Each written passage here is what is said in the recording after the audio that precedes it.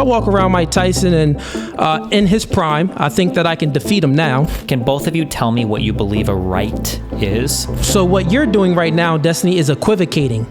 The topic is patriarchy necessary and good for society? So Tilly, you can go ahead and introduce yourself and speak about anything you got going on for just a brief minute, and then you can start with your opening. Okay. Well, I'm Tilly. I think you gave me a pretty nice introduction. I've Cool. been online for a short time now. I initially went. I did the rounds after debating Charlie Kirk, and so I'm looking forward to the debate.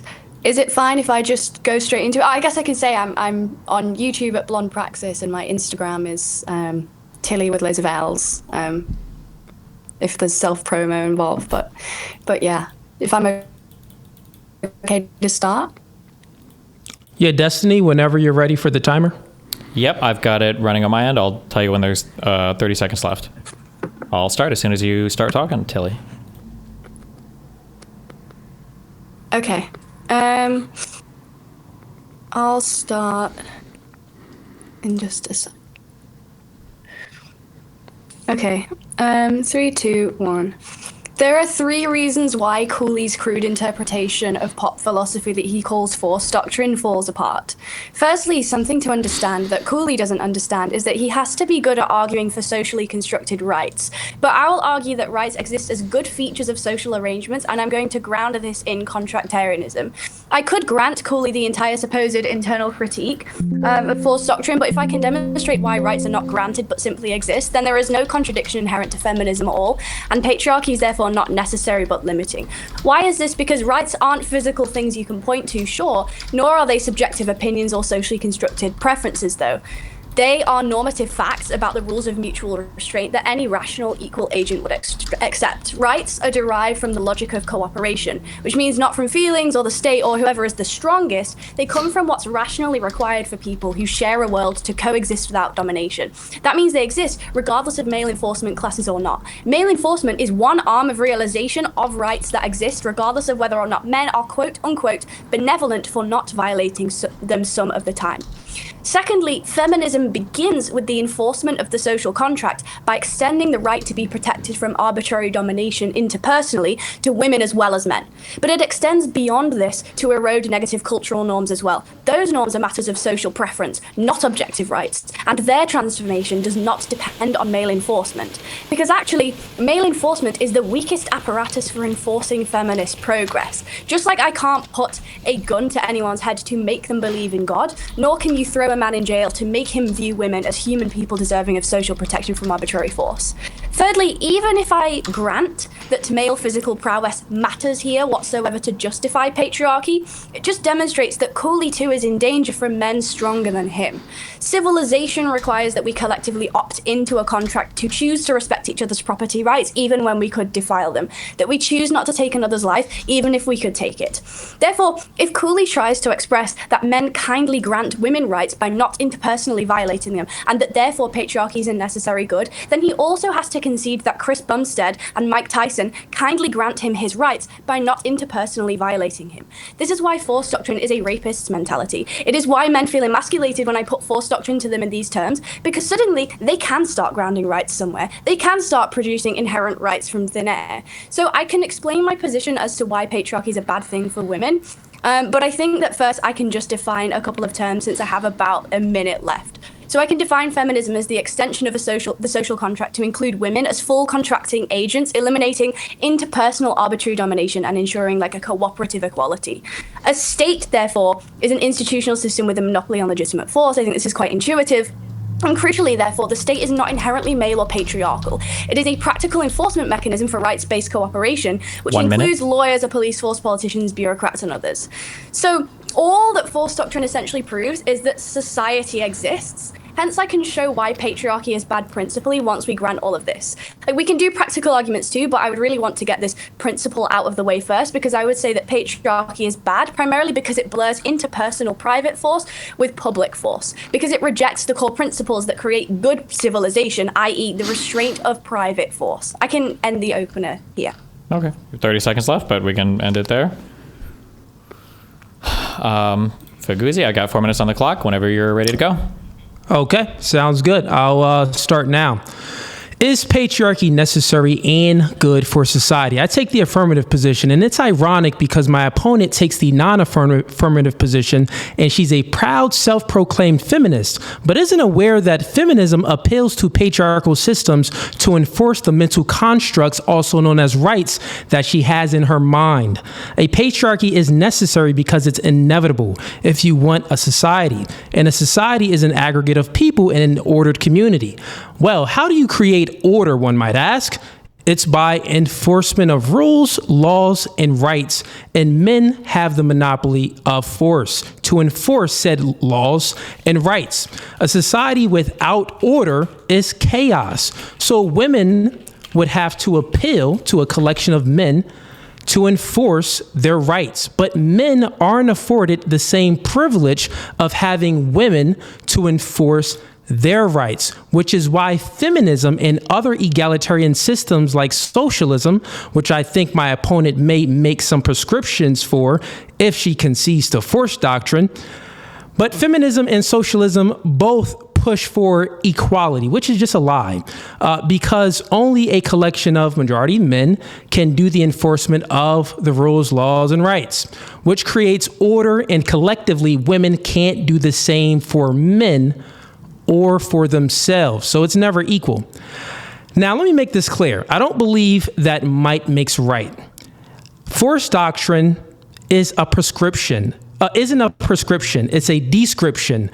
But I think I can demonstrate how my opponent is the one that actually believes that might makes right. I'll concede the rest of my time for my opening by asking Tilly this one question. Do you believe that morality is subjective? Okay, 2 minutes left, but I concede all my time. I got lots of minutes left. I'll concede that to ask her this one question. Do you believe that morality is subjective? No, I believe that there are certain rights that we ground in social contractarianism, which is outside of and or mind independent. So for example, as I outlined in my opening speech, feminists do a couple of things. The first thing they might do is enforce objective rights that are basically mind independent logical phenomena that any rational agent would agree helps people live and coexist in society without dominating one another. So that's an objective thing, for example, the right to life. What I would say is subjective, i.e. like preference-based, are fighting against certain cultural norms that feminists view as negative, and that doesn't require an enforcement class. Okay, well, if you say that you don't believe in subjective morality, what you're doing is, and correct me if I'm wrong, you're saying that you believe in objective morality, and it's objective because it's mind independent, but you just said that you rely on logic to create some type of right where it's objective. That really doesn't make any sense. So I'll just ask you a question. If it's the case that you think that you have this right in your mind, right? Like you gave the Mike Tyson example. For example, right? If I'm around Mike Tyson, if I walk around Mike Tyson and in his prime, I think that I can defeat him now. But in his prime, just being honest here, in his prime, if I walked around Mike Tyson, and he was like, Cooley, I don't want you speaking. No more talking. Well, we would have to tussle. Right? And it's a high probability that Mike Tyson is going to whoop me real bad. And basically, Mike Tyson would hold, I don't have any right to speak. I can speak, or I can suffer the consequences of being punched in the mouth by Mike Tyson. So I don't really have this right to speak without experiencing any consequences. And I think for myself as an individual, because I'm not a beta, I would continue to speak and just take the butt whooping. But most men would probably just concede and never speak. They'll give up all their rights, never speak, and just concede to Mike Tyson.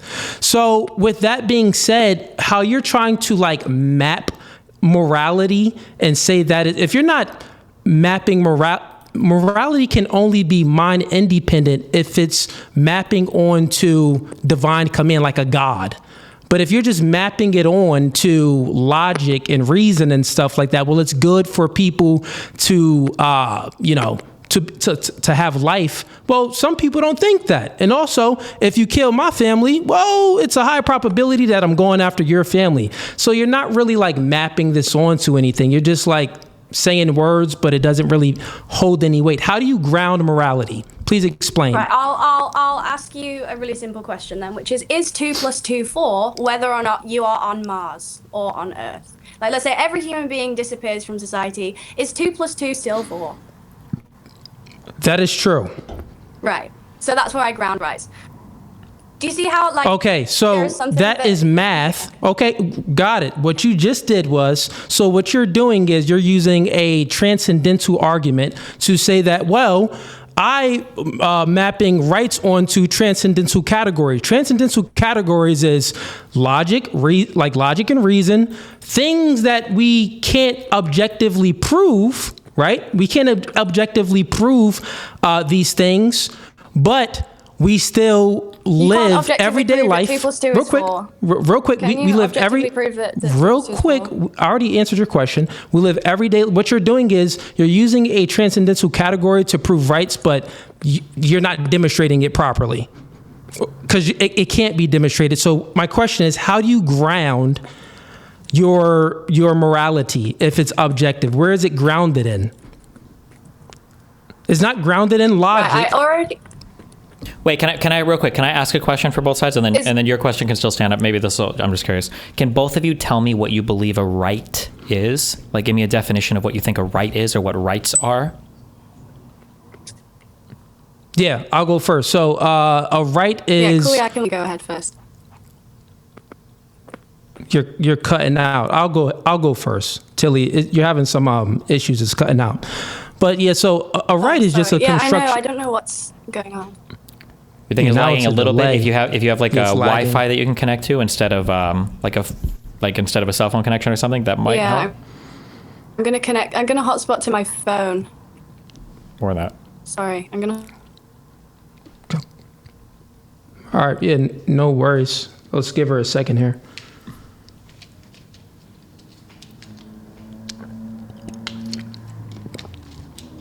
Everyone that's tuning in right now too. Get the likes up. Don't be a ninja watcher. Get the likes up. Subscribe to the YouTube channel if you already haven't.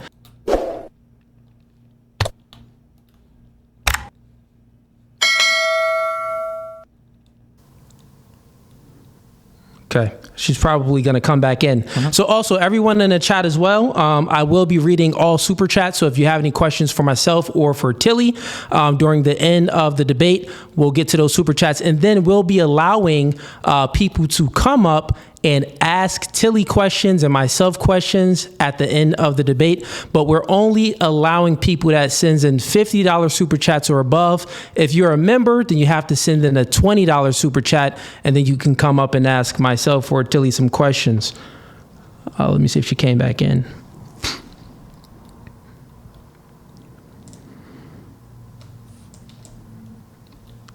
Is this working again?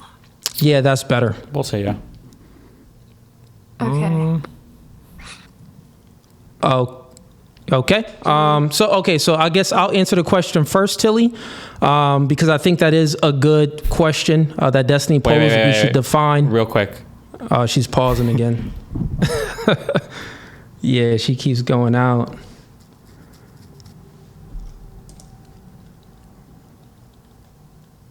All right. Well, while we're waiting, chat, get the likes up. I see no super chats in here right now. Also, Destiny, are you streaming this live on your channel? Yeah. Yeah. For Destiny's audience, if anyone wants to, ask any questions and stuff, or come up and, at the end and ask questions, send in the super chat, and we'll get all of those questions answered. All right, let's try this again.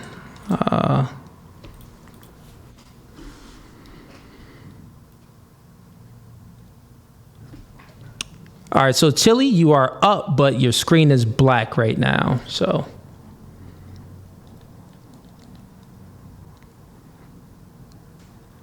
hey, Destiny, where is she located? She's in in the UK, maybe. She's in the UK. Yeah, I guess, yeah.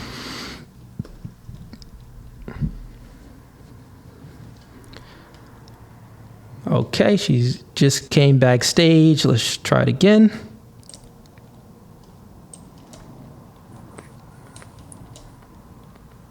Hello. Oh.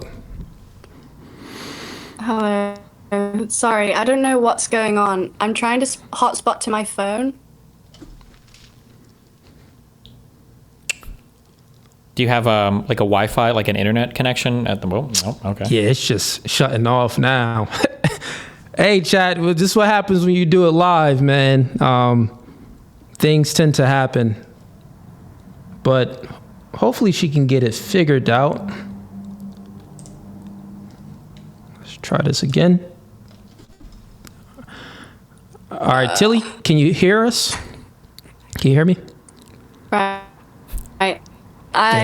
See, but I think I'm lagging like crazy. Yeah. Wait. Do you have like a Wi-Fi connection, like an internet connection in the apartment that's not a phone?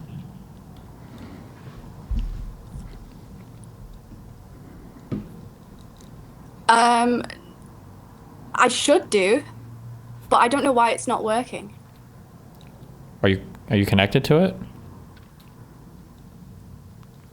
Yeah, it's lagging with the audio and with the video. So if it wasn't the video, I mean, if the audio is clear, then, you know, she could just shut the video off, but both is messed up.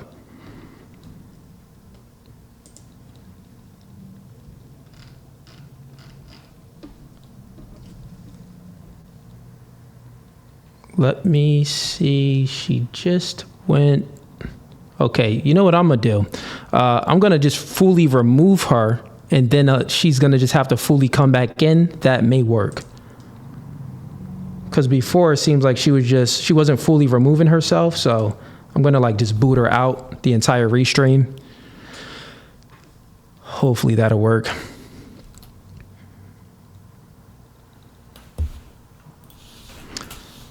Shouts out to Dominic Howard that joined the gang. Appreciate you for joining the membership.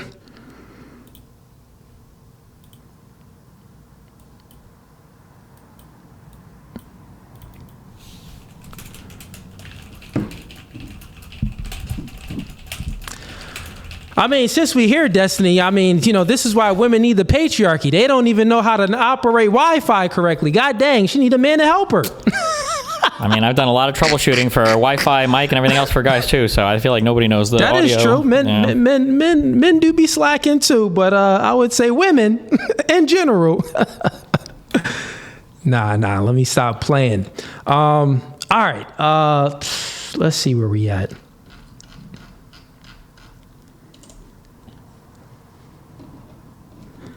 So she hasn't. All right. So I fully booted her out. She didn't even try to attempt to come backstage yet, so maybe she's working on something here.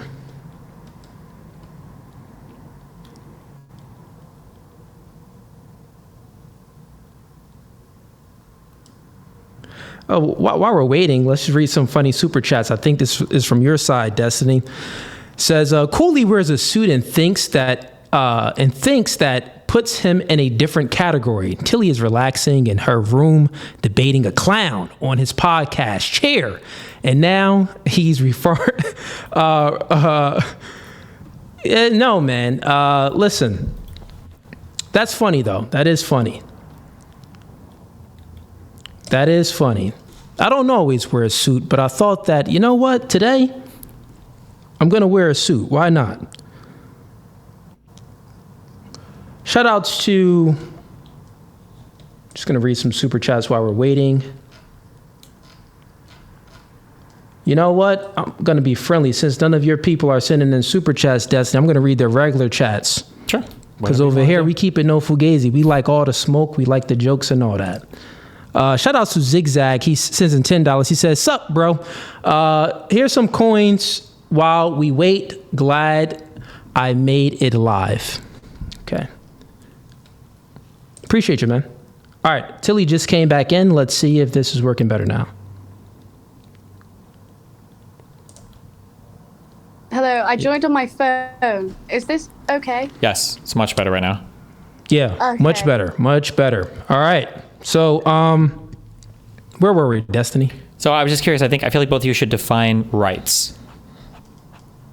Okay, could you go ahead, Cooley, and redefine your definition of rights because I missed it? Okay, yeah. So I think that rights is a construct of the mind. So rights is a construct of the mind. We, formulate these do's and don'ts in our mind, and then men enforce those rights. A collection of men enforce those rights. So rights is just a construct of the mind. Okay. I would say that rights are the minimal set of claims that each rational agent has to be able to make over themselves and over the world in order for a social contract to be possible, i.e. society. Okay, got it. And who would enforce those rights? I think that... I mean, what are you getting at when you ask that question? I'm asking that question. So you define rights as...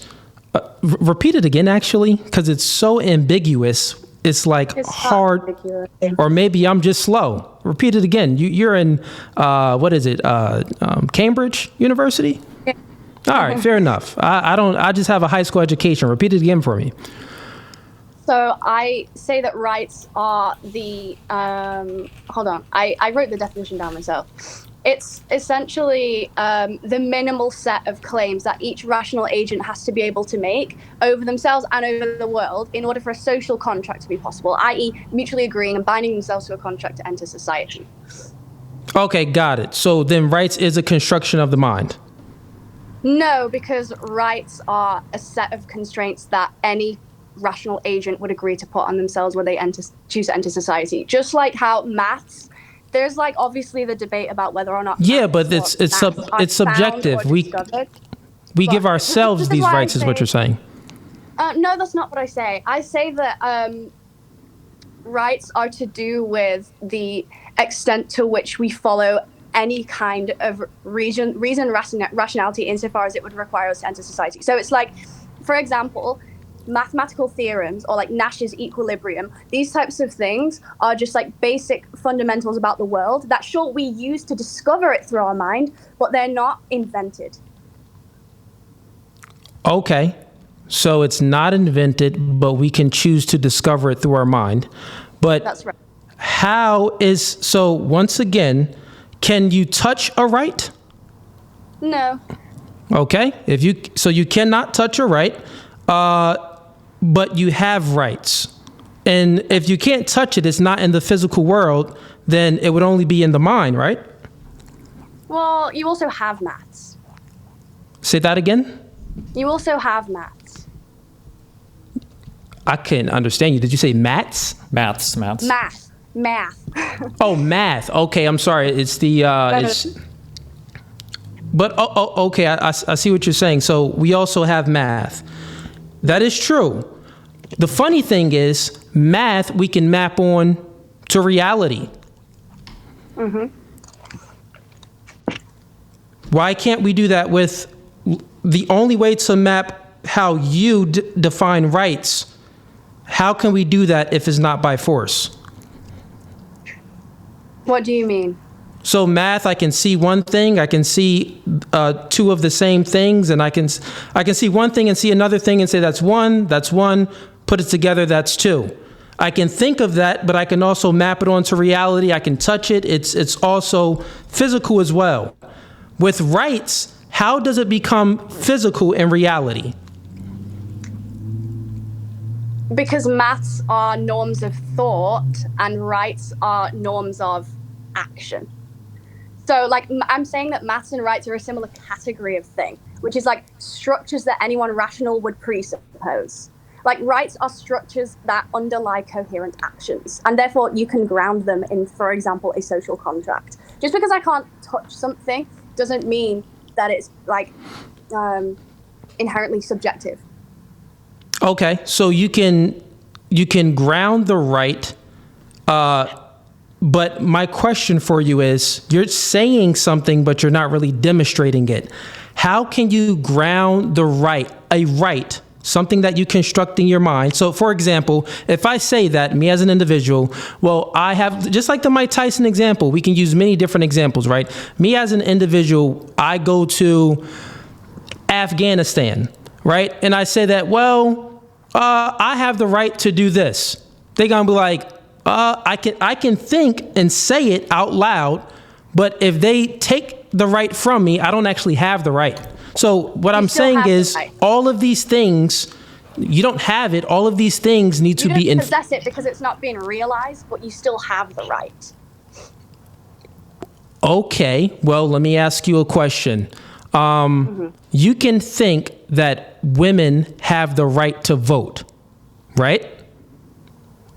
You can think that, but prior to the 19th Amendment, women did not have the right to vote. So it can be women prior to the 19th Amendment. They could actually think that they had the right to vote, but did they actually have the right to vote?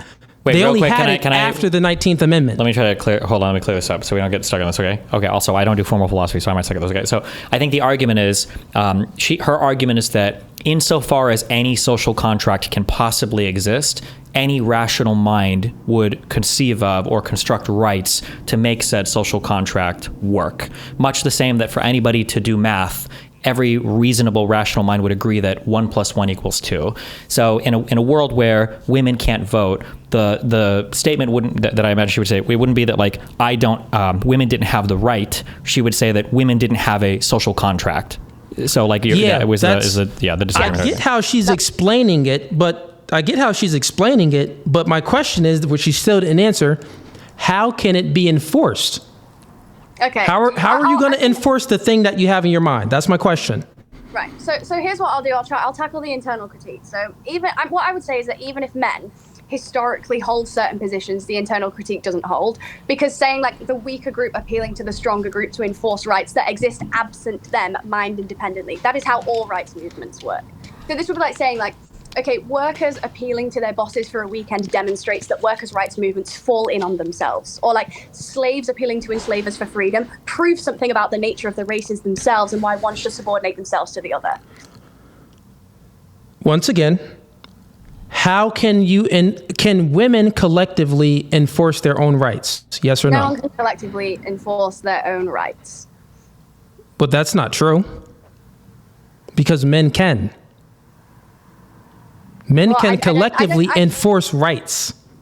Well, I think that like men restrain themselves against weak men and a bunch of women. Like women restrain themselves against weaker women. Like in certain cases, there are physically weaker groups that have managed to enslave much stronger groups. For example, things like the feudal system. You have like the strength in numbers of the workers that have ultimately been overpowered by strategic and institutionalized norms that oppress those at the bottom. Like Elon Musk and billionaires can't collectively enforce their own rights against Jason Momoa, right? Like there are a bunch of people who can't necessarily collectively enforce their own rights, but that doesn't really uphold anything important about whether or not they should have them and how they should be realized.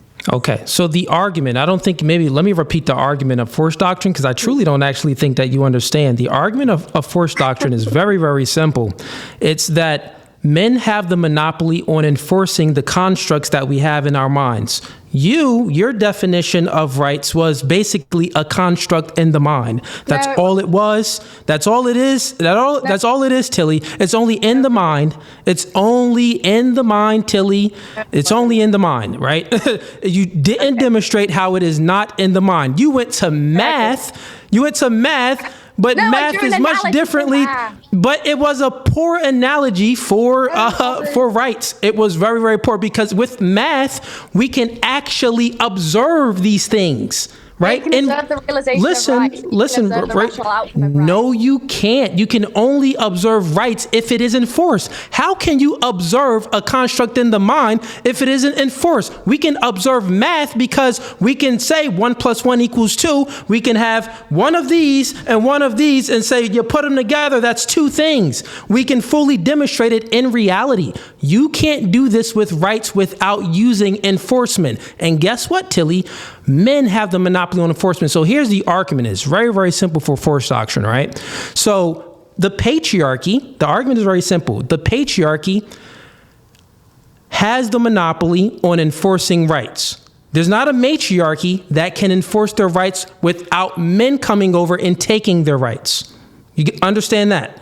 So since the patriarchy enforces rights, my question to you is basically, you're saying that, the patriarchy is bad. Well, it can't be bad because that's the only system that you can appeal to enforce the rights of feminism. Guess what? Feminism, you're a feminist.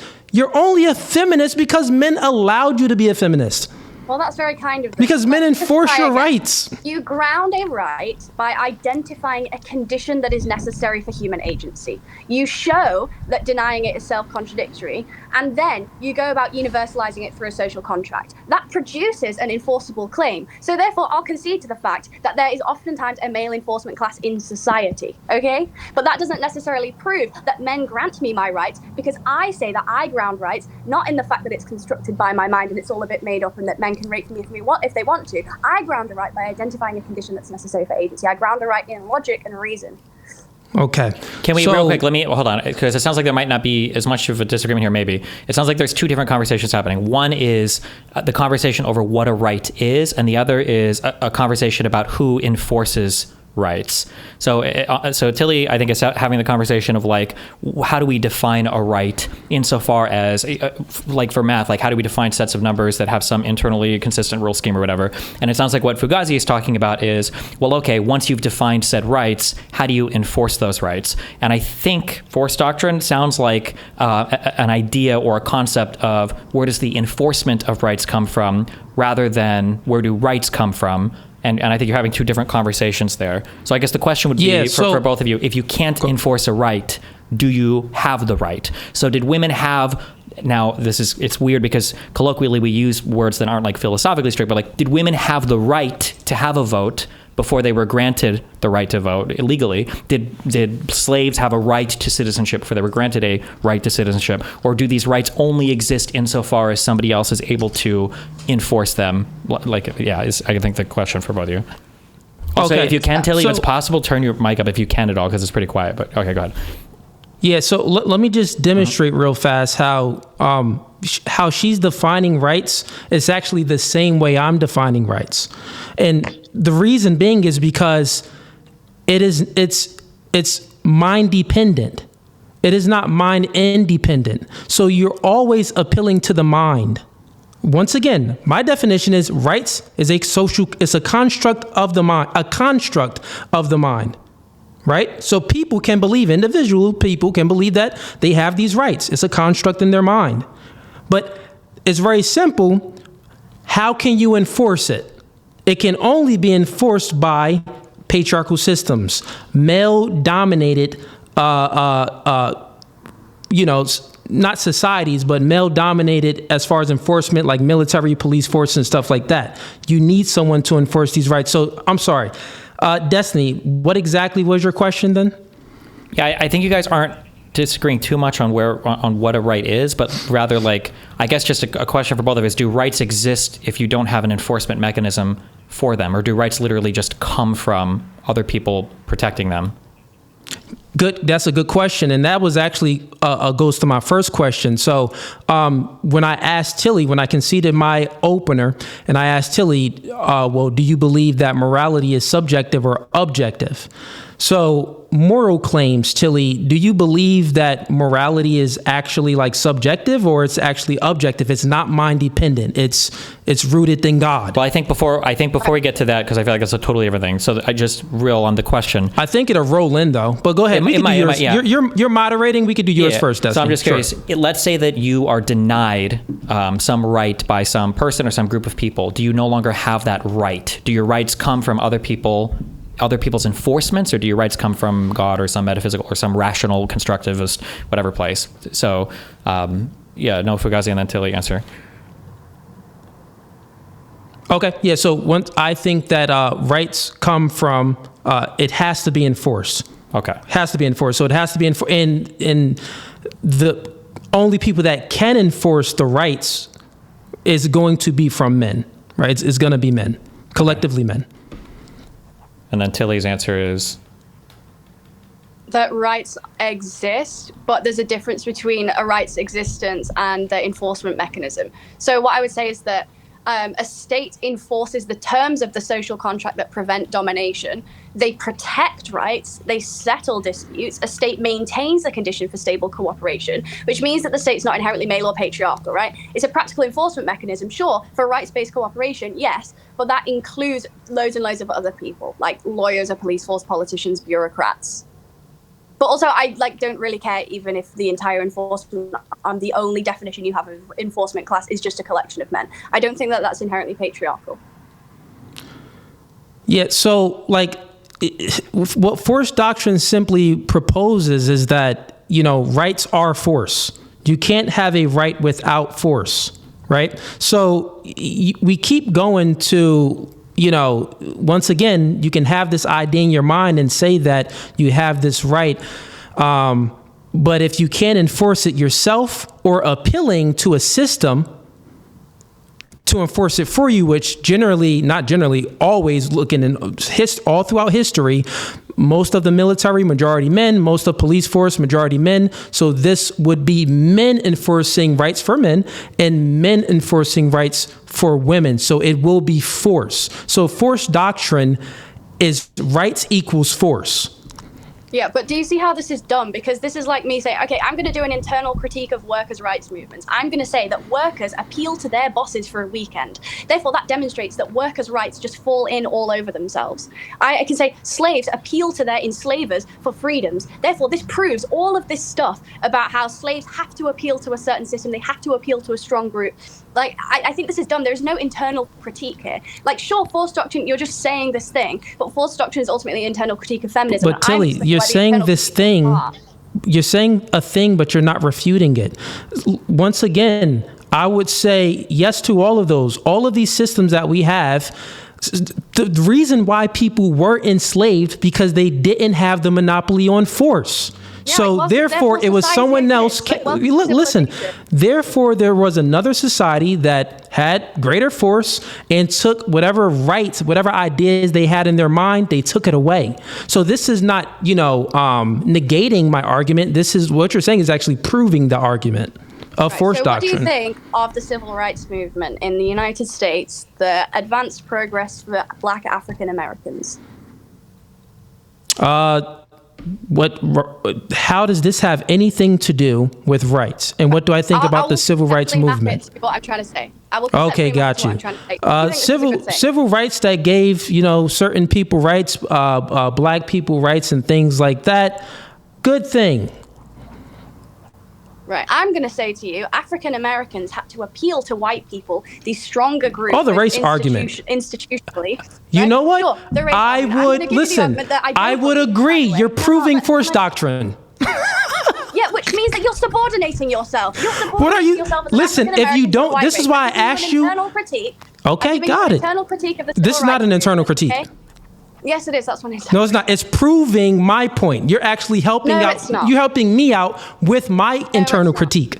I'll tell you how you're helping me out with my internal critique. Because when I asked you, I don't believe that slaves appeal to enslavers for their freedom, and therefore that proves something about the nature of the races. I don't believe that.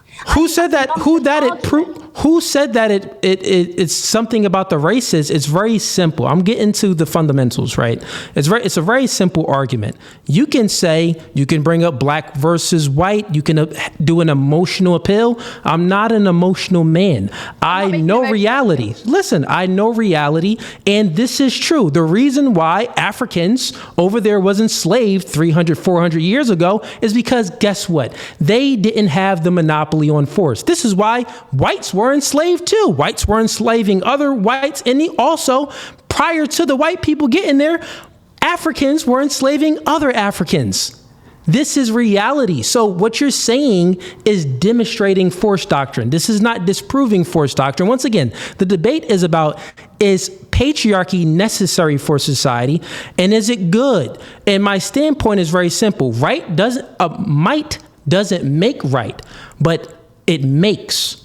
So might makes, which basically it makes. It makes the page. It makes. That's what it is. So when we're speaking about my first question that I asked you is morality subjective or objective? You kind of like ran away from it. You really didn't answer it. You went on to something else. Can you truly answer that and give me an honest answer? Do you truly believe that morality is objective? If so, please demonstrate it. What do you appeal to? How do you ground your morality?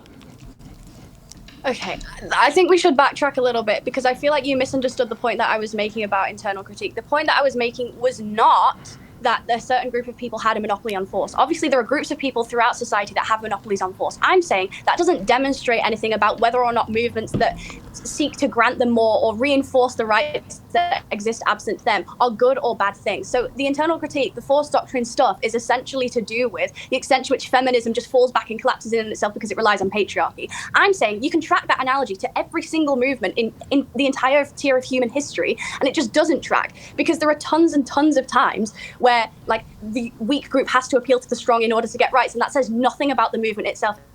There's nothing about its legitimacy.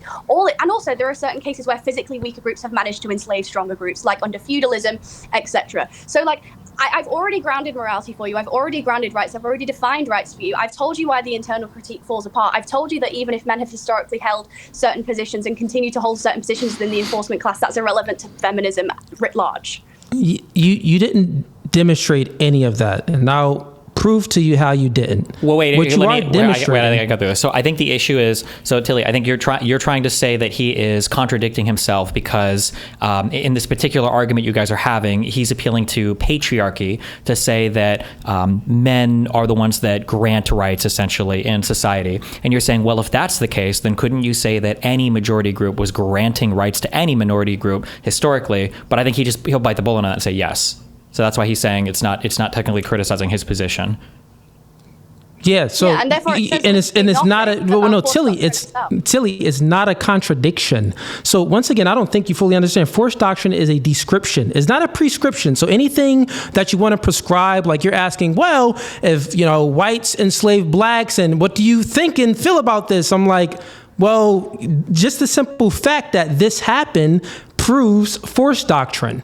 Just the simple fact that it happened proves force doctrine is not any prescription. It's only a descriptor. That's all it is. Internal critique about feminism falling in on itself because it has to appeal to the strong group. It's not just a critique on feminism. It's not just a critique on feminism. Force doctrine is reality. Any rights and laws that you haven't demonstrated it yet. You're only proving my arguments, Tilly.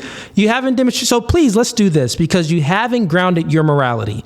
I even wrote it down. You tried to ground your morality and say that, well, morality comes from like logic. Like that's how it's basically objective. That doesn't make any sense. That's how it's objective. I'm asking you, give me a straight answer. Well, one, let's just ask this. Are you atheist or are you religious? Atheist. Okay, so you're an atheist and you're grounding morality in logic. So if I'm a logical rational being, you're a logical rational being, and there's people that kill people for a living and commit all of these mass murders. You're saying that they don't operate logically? Yep. Or at least like the logic that grounds like the correct way in which for agents to act rationally in society is like wrong. This is not to say what about women? Okay, so what about women? Okay, so what about women that abort their children? And they do it for reasons where it's like, I slept with the wrong person, I'm going to go ahead and abort this baby. It's not for reasons like rape or like her life is in jeopardy. It's for a reason like, I slept with the wrong person. I don't think that he's the one and I don't want to have his kid. I'm aborting this child. Do you think that women should have that right to do that? Yeah, I think that falls under the right to body autonomy. And you would think that that's morally good? It's morally good that they have that right realized, yeah. Okay, so it is morally good that women abort their children just for how they feel. But once again, where are you grounding it good in? You're not you're grounded. It's subjective, Tilly. You believe in subjective morality. Requisite agents that are prerequisites for agency. That's not subjective. What are the rational conditions that are prerequisites for agency, exclusive authority over one's own body. You kind of like cut out there for me, and it got low. Say that again. I didn't even hear you. I was saying that agency requires exclusive authority over your own body. Like, there are rational conditions that are prerequisites for agency, and those things can be like concluded rationally. Okay, so as long as it's rational, let's just use your argument and let's see if it makes sense. As long as something is rational, then it's good? If it's rational and logical, then it's good. No, because I'm saying that if a rational agent doesn't have certain authority about whether or not their own internal bodily processes, then they don't have like bodily autonomy. Okay, so I'm not saying as long as you can logically like justify something in a logically watertight way, that automatically makes it something that is a really good thing. Like, there are a bunch of things that maybe I could logically get to that you might have objections to. Or so Tilly, it's not objective. Objective means that it's not changing. It's not objective. It changes based off of your subjective interpretation of what you believe is morally good and morally not good based off of using your rational mind. So you're making an appeal to logic and reason for morality. Well, guess what? This is still going to be subjective, Tilly. This is not proving that morality is objective. You actually fully demonstrated that it's subjective. Well, what are the rational conditions that are prerequisites for agency in a civilization? What would you say that those things are? Because what I see is there are certain rational prerequisites for society to exist writ large. For example, I can't go around killing people. If everyone collectively decides that they feel as though it's okay to infringe on another's property rights, that's a very difficult way to do society. I would argue that it's almost impossible. I would say that this is just an objective fact about the social world. Yeah, well, the thing is, I would agree with that, but your understanding and your definition of, objective morality does not demonstrate that. Because once again, if you're saying that you believe in objective morality and you're appealing to rational beings and logical beings, well, we all need to act in accordance of logic and be rational. And you're saying that sometimes if you're acting rational and logic, it can be good, but other times you can you can utilize reason and logic and act in a rational way, and it can be bad, right? So if it's good, if it can be good and it can also be bad, this does not mean that it's objective. This means that it's subjective. No, because agency has rational preconditions. For example, you cannot be under arbitrary coercion in order to have agency. Okay, so got it. So now you're using agency in there to give people agency. Well, what if I think that you don't have any agency? Okay. And I take your agency, but I'm utilizing reason and logic to take the agency and to kill you. You're not using reason, rationality, and logic to revoke my agency. You're using physical brute force. Well, wouldn't that be removing your agency? Yeah, it would remove my agency using physical. I can do it in a rational way by setting up a plan to kill you. So you can see that there are some type of norms that we use. Yeah, sure. You can set up a plan to kill me. In a logical way. What are you saying? I'm really trying to understand you. I'm giving you some grace here. Go ahead, speak. There is a non-optional structure of agency that is required of us to coexist together in society. So you coming up with a plan to kill me is violating a non-optional structure of agency. Okay, got it. So explain what's your definition of agency? You said you put some words in there, but fully explain what you mean by agency. Because correct me if I'm wrong, you're trying to demonstrate that morality is objective, not by a God, but is objective because we utilize, logic and rationality, but also agency. What's that agency part? Explain that for me. Just to cut through this, maybe, and again, I don't do formal philosophy, but so I think we're having a disagreement on subjective and objective, where we're slicing in like material and immaterial or something as well. So I think when Tilly is saying objective, what she's saying is that if there's some desirable end state for society to exist, then there's going to be some necessary lines of argumentation that every rational being will agree with. So if we believe that people having agency in society is good and everybody has a rational mind, we can all do deduction and all that there are going to be some arguments that objectively must be true and unchanging from person to person in order to satisfy said end condition. Not that it necessarily is like mind independent or comes from God or anything like that, I believe is what Tilly's saying, right? Right, exactly. Okay. Yeah, okay. So, okay, yeah. And then, okay, so then I'm not actually 100% sure. So, no Fugazi, when you're arguing against her saying, well, that's subjective because some people can take it, the response here is not that like somebody else taking it doesn't prove that it's not the taking. Mm-hmm. I'm arguing that from using her definition of objective morality, since she's not appealing to God, she's appealing. So when I'm thinking of objective means that it's mind independent, not mind dependent. So if it's mind dependent and she's utilizing logic and reason, then so objective means mind independent, but she's depending on the mind because she's utilizing logic and reason. And therefore, when she's saying that, well, someone can utilize logic and reason, but they can do something that is bad and they can also do something that is good. So where is it objectively good? Where are you grounding your objectively good moral standard and your objectively bad moral standard? I think the objective is just, objectively means just, and again, Phil, you have to correct me if I'm wrong. I think objectively here just means it's like logically satisfying an end condition. So if you have some ZFC, some set of like math axioms, you would say that like 1 + 1 = 2. This is an objectively true statement because given some set of axioms, this is what we come up with, is 1 + 1 = 2. If you're looking at a social arrangement where there's a social contract where people all have some maximum level of agency, they can choose to do things or whatever, right? If this is the case, then that means that there's going to be some things that you have to agree on in terms of a lot, like not killing, not murder, like not murdering. Yeah. So here's my argument. It's very simple. Objective means mind independent. If we are appealing to a collection of people to agree on things, like if we're appealing to numbers, we say this is bad, right? Well, a grape is bad. A collection of people can say, yes, grape is bad. Okay, but what if a collection of people say, well, grape is actually good? Then does that mean that it's right?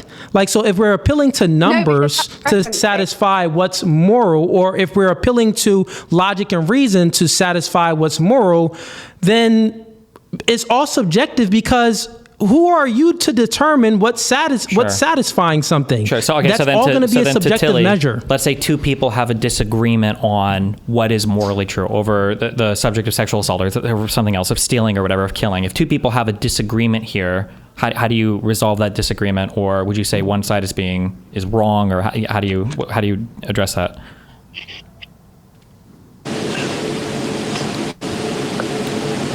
Wait, sorry, it cut out for a second. There were about 10 seconds where I couldn't hear what you were saying. Could you go back? Could you just repeat the whole thing? Well, just real quick. If two people have a disagreement, I can't hear you at all. Hold on, this is my phone. Uh-oh.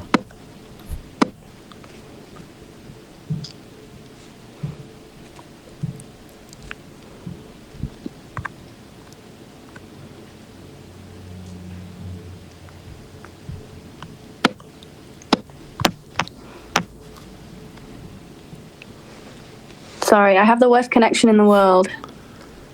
You're fine. You know what? I can boot her again because when I did that last time, it worked. Let's try that. Bring her back up. All right, Tilly, your camera is off now.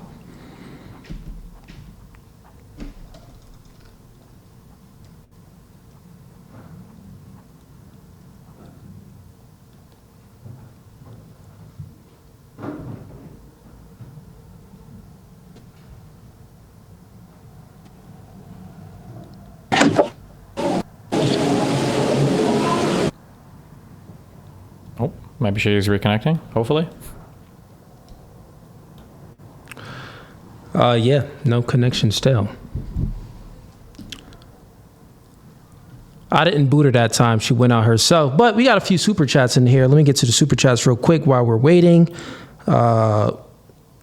Chat, if we're going to bring people up towards the end, if you guys want to ask questions to myself or to Tilly, but we're accepting $20 super chats from the members, $50 super chats for anyone that's not the members if you want to come on up and ask us some questions.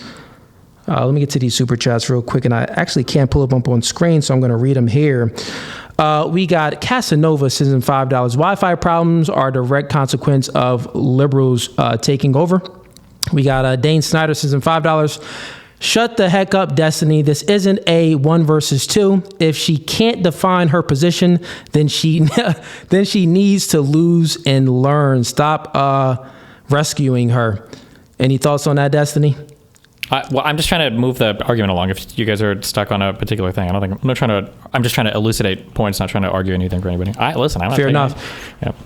We got Darian Murphy sends in $20. Force doctrine states that there is no right without force.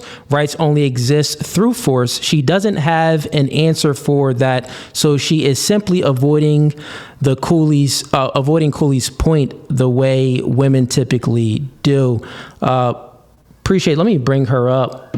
She just came back in. See if it's working better now. All right, Tilly, can you speak for us to see if it's good? Hello. I'm so sorry about my connection. Is it working again? Right now it seems okay. Yeah. Okay. Where okay, so real quick, so you guys are both getting hung up on this like objective versus subjective thing. So his question boils down to, let's say two people have a disagreement over what is moral. How do two different people resolve that disagreement? Yeah. So what I would say is that, like, hold on, I think I wrote something down about this disagreement situation. Yeah, so I think that, like, something is objective, right? Like, if it doesn't depend on someone's individual preferences and stuff, and if you can't deny it without contradiction. So I feel like if there is some kind of inherent contradictory logic, like, for example, if you say something like, I don't know, like if you say the agency, right, because you wanted me to define agency, some kind of capacity to like form intentions, to act on intentions, to give reason for your actions, right? There are components to that, like definitionally, ontologically speaking, there are components of agency. So like intentionality will probably be one of them, like causality, like via the body, so like you can use your body to carry out your intentions. I think the basic, on the basics here, I think there'd be agreement, but let's say somebody says, I don't think women should have agency. How do you resolve the disagreement between those two people? If we're saying that, if you're arguing that there's an objective foundation to rights and two people have a disagreement like that, how do you resolve that disagreement?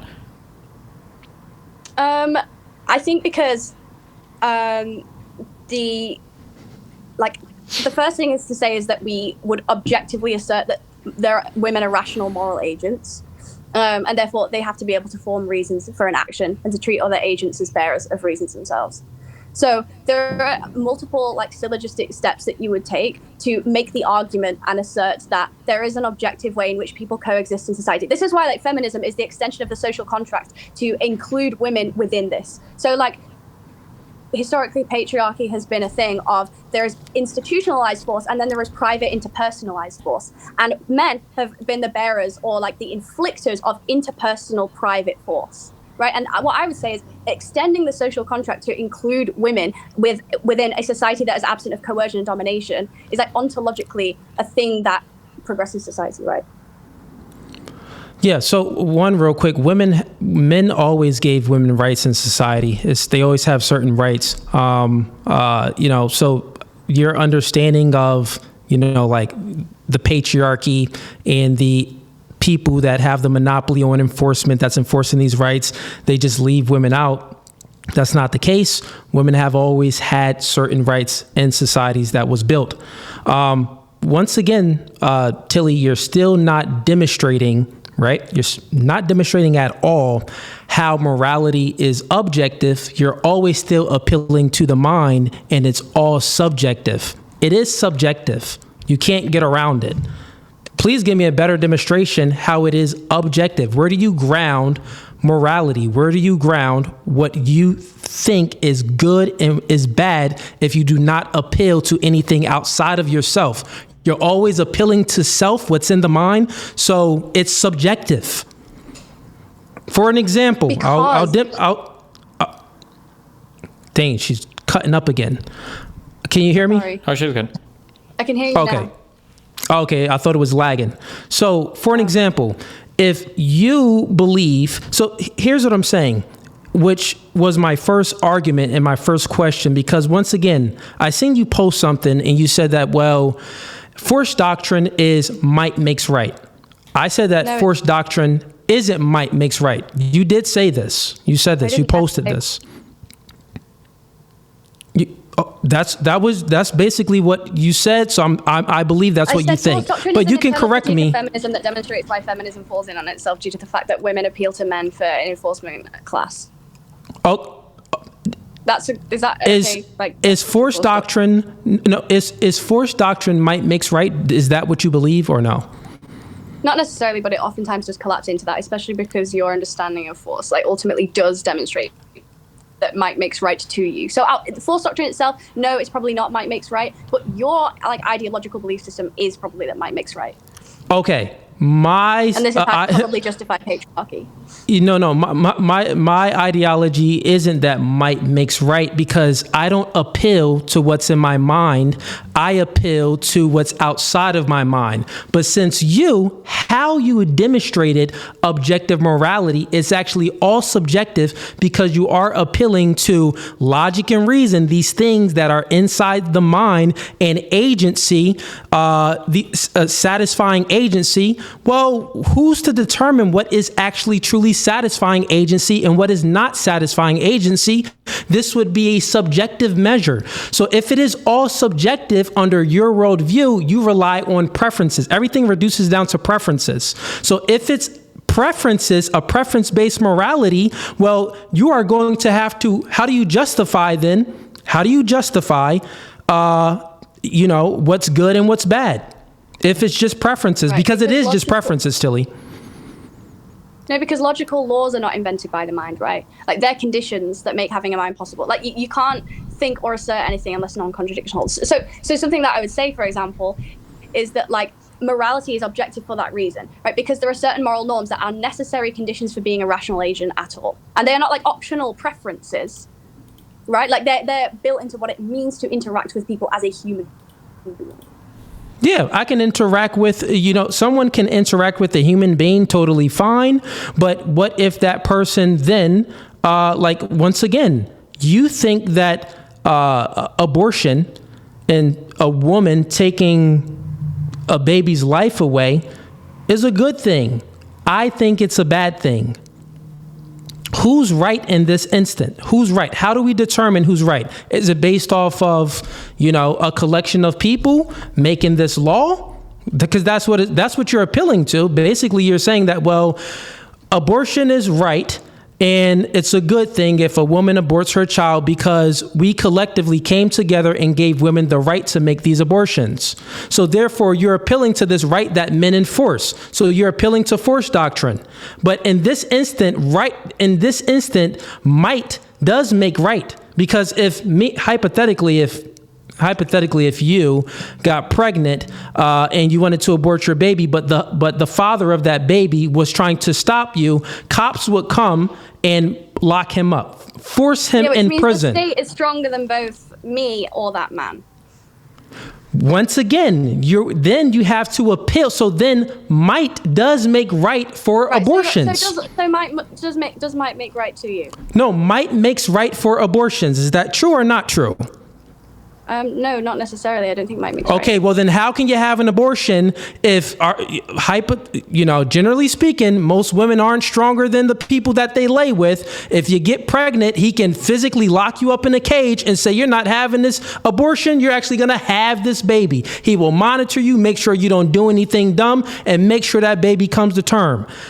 the man, generally speaking, men have the monopoly on the force. An individual man can do this. Possibly even a 13-year-old can do this to a woman. They're physically stronger than most women, maybe 16.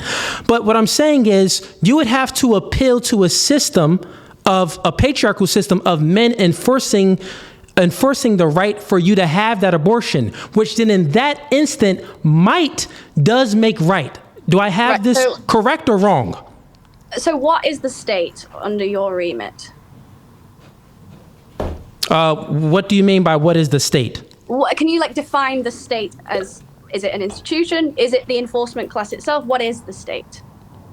Well, a state would be, it would be an institution. It can just be I would say a state would be an institution. It would be force as well, people that can enforce it. And, that's what it would be, institution and force. So both. What I would say is, let's say I'm in a terrible situation where someone is interpersonally using coercive and arbitrary domination against me. I would not appeal to men. I would appeal to the state, which is because if I were just appealing to the man who has kidnapped me, that might not necessarily. I would appeal to the state, which is an institutional system. The state is that organization which has a monopoly on the legitimate use of force, right? What is this to do is designed to enforce certain terms of the social contracts designed to protect arbitrary domination. So not only does it protect rights using an enforcement class, it also settles disputes. It also maintains conditions for stable cooperation, right? So sure, you have your enforcement class, and you also have many more practical enforcement mechanisms that are used for rights-based cooperation, which means the state is not inherently male, it's not inherently patriarchal just because it happens to have a majority male enforcement class, given that I demonstrated that rights exist absent mind. Can the state enforce anything without men enforcing it for them? Well, like I said, I feel as though that's so irrelevant. Yeah, well, no, that would be, you would have to answer, no, they can't. So once again, you're still appealing to forced doctrine. You can't. I'm not appealing to forced doctrine. That is a made-up pop philosophy term. I'd be appealing to. No, you're appealing to people that can enforce your right. You are appealing to the right, but they can't. Yes. People can realize a right, but people can't invent a right. People can discover a right. Therefore, I'm not relying on men for my rights. I'm relying on an enforcement class of people, including female lawyers, female police officers, female politicians, female bureaucrats, and a shift in wider cultural norms that is caused by feminist progress, which are based on certain preferences, right? So once again, I'll just ask the question again because you didn't answer it. You're avoiding it. You answered it, but you weren't aware that you answered it. Actually, I'm not even going to ask the question. I'm going to demonstrate how you've answered it and prove my argument. Okay. If you believe that women can have abortions, you believe that it's right. You believe that it's right. It's a construct in your mind currently right now. In order for it to actually be enforced, you need to appeal to a system that can enforce it. You said the state, but what does the state appeal to? The state appeals to a collection of men that can enforce whatever rights, laws, and rules that they come up with. So therefore, under your worldview, since it's all subjective, in your worldview, since it's all subjective, whatever construct you come up with in your mind and the state enforces it, this means that might makes right under your worldview.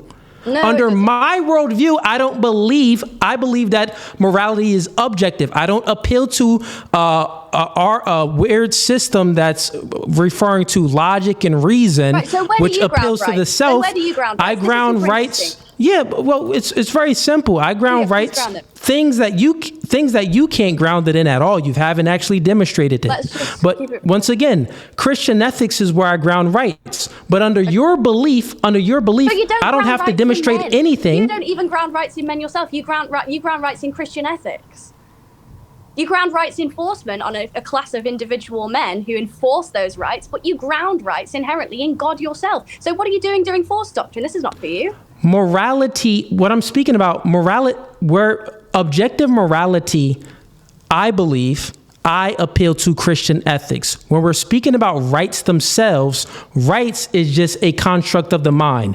And that can only be put into reality by men enforcing it. So men enforcing certain rights, the things that I believe that is morally good that men enforce, I appeal appeal to objective morality, a standard that is not dependent on the mind, is independent of a mind. Therefore, so what I'm saying to you, since you believe in subjective morality, any idea that you come up with in your mind, if men gives you that right, if they enforce this right for you, it would be good. So meaning that might would make right in your worldview. Under my worldview, people can enforce certain rights, but I don't appeal to the force. I appeal to God. So in my worldview, I can say, no, you're doing crazy things in this world, like slavery and so forth. God is against that in Christian ethics. Under your worldview, since it's all subjective, you have to appeal to whoever can enforce the right. This is where the force doctrine just dies, because it's done, right? If both of us can appeal to some kind of objective morality, then therefore we're appealing to something outside of an enforcement class of muscular men to grant us rights. Men can enforce rights that you believe are given by God, I would say are granted via a social contract. You're a woman. You don't even understand. It's not just muscular men. I think we're also okay. I think we're still on different things here. Okay, wait. What is? Yeah, but what she's saying that is not that men are appealing to muscular men. It's that you don't even understand. A 5'4" male that's maybe not that strong can still beat up a 6'7" man. So what you're saying is just not true, because men tend to have a capacity when it comes to like enforcing things. It's not just about brute strength. It's about having a capacity to techniques and many different other things to win a battle. Well, here, real quick. Let's do this. Because they don't have real quick. Let's just they do don't this, have okay? the same capacity of strength as. Wait. Okay, how do we? Can we define force doctrine? Let's start for either one of you, whoever wants to go first. What are we working for here on our definition of force doctrine? Yeah, very simple. It's very simple. Force doctrine, if we're going to that, is very simple. So it's a descriptor claim, not a prescriptor claim. And it states that rights and laws, and any rights and laws that we have in society, men enforce those rights and laws. It's men that's going to do it. Women can't enforce their rights themselves. Also, rights equals force, because rights themselves is only a construction of the mind. Okay, so there's two big different parts to this, and then you guys are going back and forth arguing. So the first part is that, because I think Tilly agrees on the first part, that the enforcement class can be male or whatever. But then the second part you're saying is that rights equal enforcement.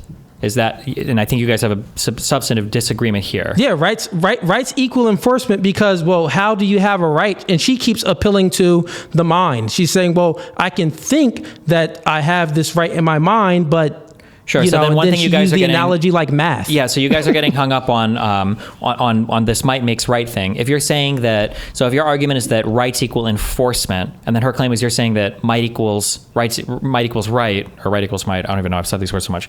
Is that incorrect then? Because it sounds like you're saying your capacity to enforce a right is what determines the existence of that right. Do you both agree that that's what Fugazi is saying, or is there a disagreement on that particular thing? No, that is what he is saying. Yeah. Okay, so Fugazi, do you agree or disagree that that's what you're saying? So if you can't enforce a right, you do not have the right. Correct. Rights equals force. Okay, so I don't think you guys necessarily disagree on this point. I think that you're both arguing past this to try to argue should it be that way? What we were actually arguing, right? What we were actually arguing, because she posted something. She said that force doctrine is that might makes right, and then she went back and she said that, well, I don't believe that might makes right. But then we went to the point. Well, you did say that you don't believe that might makes right. Doctrine is an internal critique of feminism that demonstrates ostensibly that women appeal to patriarchal systems to enforce their own rights. Therefore, feminism falls in on itself. I never said it's with that too. Right? I said that it does collapse oftentimes into might makes right, as you've demonstrated yourself. But not that it's inherently right. That was an internal critique. You demonstrated that yourself. I don't know what you're talking about. Okay. So once again, I asked you a question. My first question, right, was is morality objective or subjective? You said that is objective. And your claim for saying that is objective, even though you're atheist, you utilized three things. I was listening. You said that, well, it's objective because as a rational human beings, we utilize rationality and logic, but also we all have agency. That's what you said. Then I asked you, well, this doesn't mean that it's objective because it's still dependent on the mind. This would mean that it's subjective. Objective, mind independent, subjective, mind dependent. So your argument falls flat when you try to say that you believe in objective morality. No, you truly believe in subjective morality. And if it's the case, and since that's the case that you believe that morality is subjective, then under your worldview, might always makes right. It always makes right. And I demonstrated perfectly because whoever can enforce something, like the only reason why you basically said that, well, women, that abortions are good is because you appeal to the right of a bodily autonomy. But what if you don't have that right? You appeal to the right of the abortion. But what if you don't have that? And also, who's enforcing the right to give you bodily autonomy, the right to have these abortions? It's men that's enforcing it. And this men is forced doctrine. You get what I'm saying? So under your worldview, might always makes right because you have to appeal to forced doctrine for all of your rights because it's subjective. It's all subjective. No. You have no grounding standard for your morality. It's all mind dependent. No, because there's a difference between rights and the ability to realize them. Mind dependent. What? It's right, the difference between rights and the ability to realize them. Okay, how do you realize anything, Tilly? You realize it from your mind, right? No, you don't realize it. Realize as in enforce, right? Realize is synonymous with enforce. Okay, so for example, the existence of a right is the entitlement itself that someone has to something. The ability to enforce it or to exercise it is whether or not you can make others lie to it. Entitlements with no duties. So for you, rights is entitlements with no duties. No, I'm not using entitlement as in like I get to do whatever I want. I'm not saying I'm an entitled person. I'm saying that an entitlement is like the existence of a right that you are granted by the laws of society. Okay, wait. So wait, real quick. So Tilly, can you talk about prior to women having the right to vote? Can you talk about using your vocabulary, your descriptions? What does it mean for a right to exist that can't currently be enforced? What does that mean? Okay, so basically, what I would say is that rights are. As I said, like about the existence of right doesn't mean the ability to enforce it, right? So a right is a claim. A right is like a normative thing, whereas the practical realization of the right is contingent on power and social cooperation, etc. Basically, what I'm trying to say is that in order to realize a right, you might have to appeal to the stronger group. That doesn't mean that the stronger group is giving you your right, because your right existed independent of the stronger group giving it to you. Just like a person who has been kidnapped has the right to not be kidnapped, to not be enslaved, but the person has taken away their right to be enslaved. Okay, so they have that. Okay, so they have that right. And where would this right lie in? Would it just lie in their mind? No. Where would it be grounded in? The social contract. Okay, if it's a social construct that people collectively agree that, okay, we agree that, grape is bad. We collectively agree to that. So then say if the collective of people agree that grape is good. Yeah, this is why I'm saying that my morality is not preference-based. Because let's say you have... This would mean that it is preference-based, Tilly. No, because it means if you're appealing to people... I'll tell you why grape is wrong from an objective standpoint following the logic of Hobbes and Locke and Rousseau and people from hundreds of years ago where this argument has already been put to bed, okay? Okay, so you're going to utilize harm principle then? No. Absolute force leads to instability and constant threat, okay? No group benefits from living in perpetual conflict. Rational agents, rational people, prefer legitimate, predictable rules enforced by neutral institutions, okay? So because of the fact that, as Rousseau has put it, force doesn't create obligation, duty arises when individuals consent to a collective order that secures their freedom. That is called society, that is called civilization. And this is why grape is bad, because it flouts that contract of civilization. Okay, no, but what if it makes me feel bad? Okay, but what if a group of people, like they make the society, but they actually agree? Like, for example, you ever heard of an island called Papua New Guinea? Mm-hmm. It's a tribe, this island, right? And you heard of that. And basically, as a rite of passage, these kids have to do oral acts to the warriors, and that under their worldview, right? That's good. So like pedophiles, they're doing these things to children, and these children are doing these things to adult men. So if they all agree to that, is that good? Since they all agree to that, and that's this society that they built, is that good? No.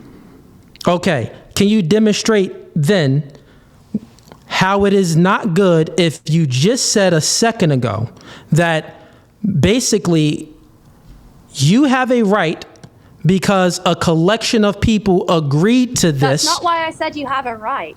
I'm sorry. You said that it's good because a collection of people agreed to it. No, I'm saying society happens when people collectively agree, or good society happens, as in effective society happens when like a legitimate order emerges, right? And a legitimate order, what that looks like is when people choose restraint, people choose to reject arbitrary force and domination onto others, like where restraint is a feature of the social contract. So no, I'm not just saying that like grape is bad because, or grape is good because of people agreeing or disagreeing to do it, right? I'm saying that your internal critique fails because you are mistaking things like universal social contract dynamics or things that require society to work for male enforcement, right? But feminism depends on the same cooperative structures that underpin literally any legitimate political order. It's called society. Tilly, you're just appealing to the same thing. So if it's the case that a society is being constructed in the number of people, just like, once again, Papua New Guinea, they constructed this society, and over there, as a rite of passage, the young soldiers have to give the warriors,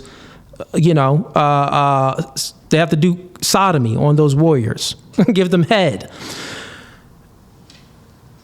Their standard is that it's good. Yeah. How can you demonstrate? What are you going to utilize from your worldview that it is actually bad? Because the thing is, you can only appeal to self. You can only appeal to self and the collection of people that you have that agree with you to say, oh, yeah, that's bad over there. This means that it's all subjective. Over there in Papua New Guinea, morality under your worldview is subjective, and there's nothing you can say about it because from what you appeal to, it's all based off your collective of people of what agree with whatever you want as well. You get what I'm saying? So it's like, how can you truly demonstrate it? I would argue that the extension of the social contract should extend to those people who are forced into sexual servitude, which includes women, which includes those kids in Papua New Guinea. What I would say is that in a world of autonomous agents, conflict happens. Okay, and to live safely and so what would you must recognize certain constraints, and those constraints got it. So under your worldview, sexual violence is an arbitrary harm. Got it. So under your worldview in Papua New Guinea, would you go over there and force all of those males to stop doing that to the kids? Well, there are multiple ways to commit acts of force. Yeah. So you would actually utilize force doctrine to go over there and stop that? Male enforcement class existing doesn't mean that force doctrine is correct. There's a difference between those two things. You didn't prove how there is a difference if you just said that, well, I believe that this society over here, the things that they're doing and promoting is bad. And under our collective agreement over here, we agree that it's not a good thing, right? No, so we're going to go. You just agreed. You just stated that you would actually go over there and you would enforce those men to stop doing that to those kids. I would say that whether or not somebody enforces or acknowledges a right, the rational requirement for cooperation exists, and we should extend that social contract rationally to as many agents as possible in society. How are you going to extend it without using force?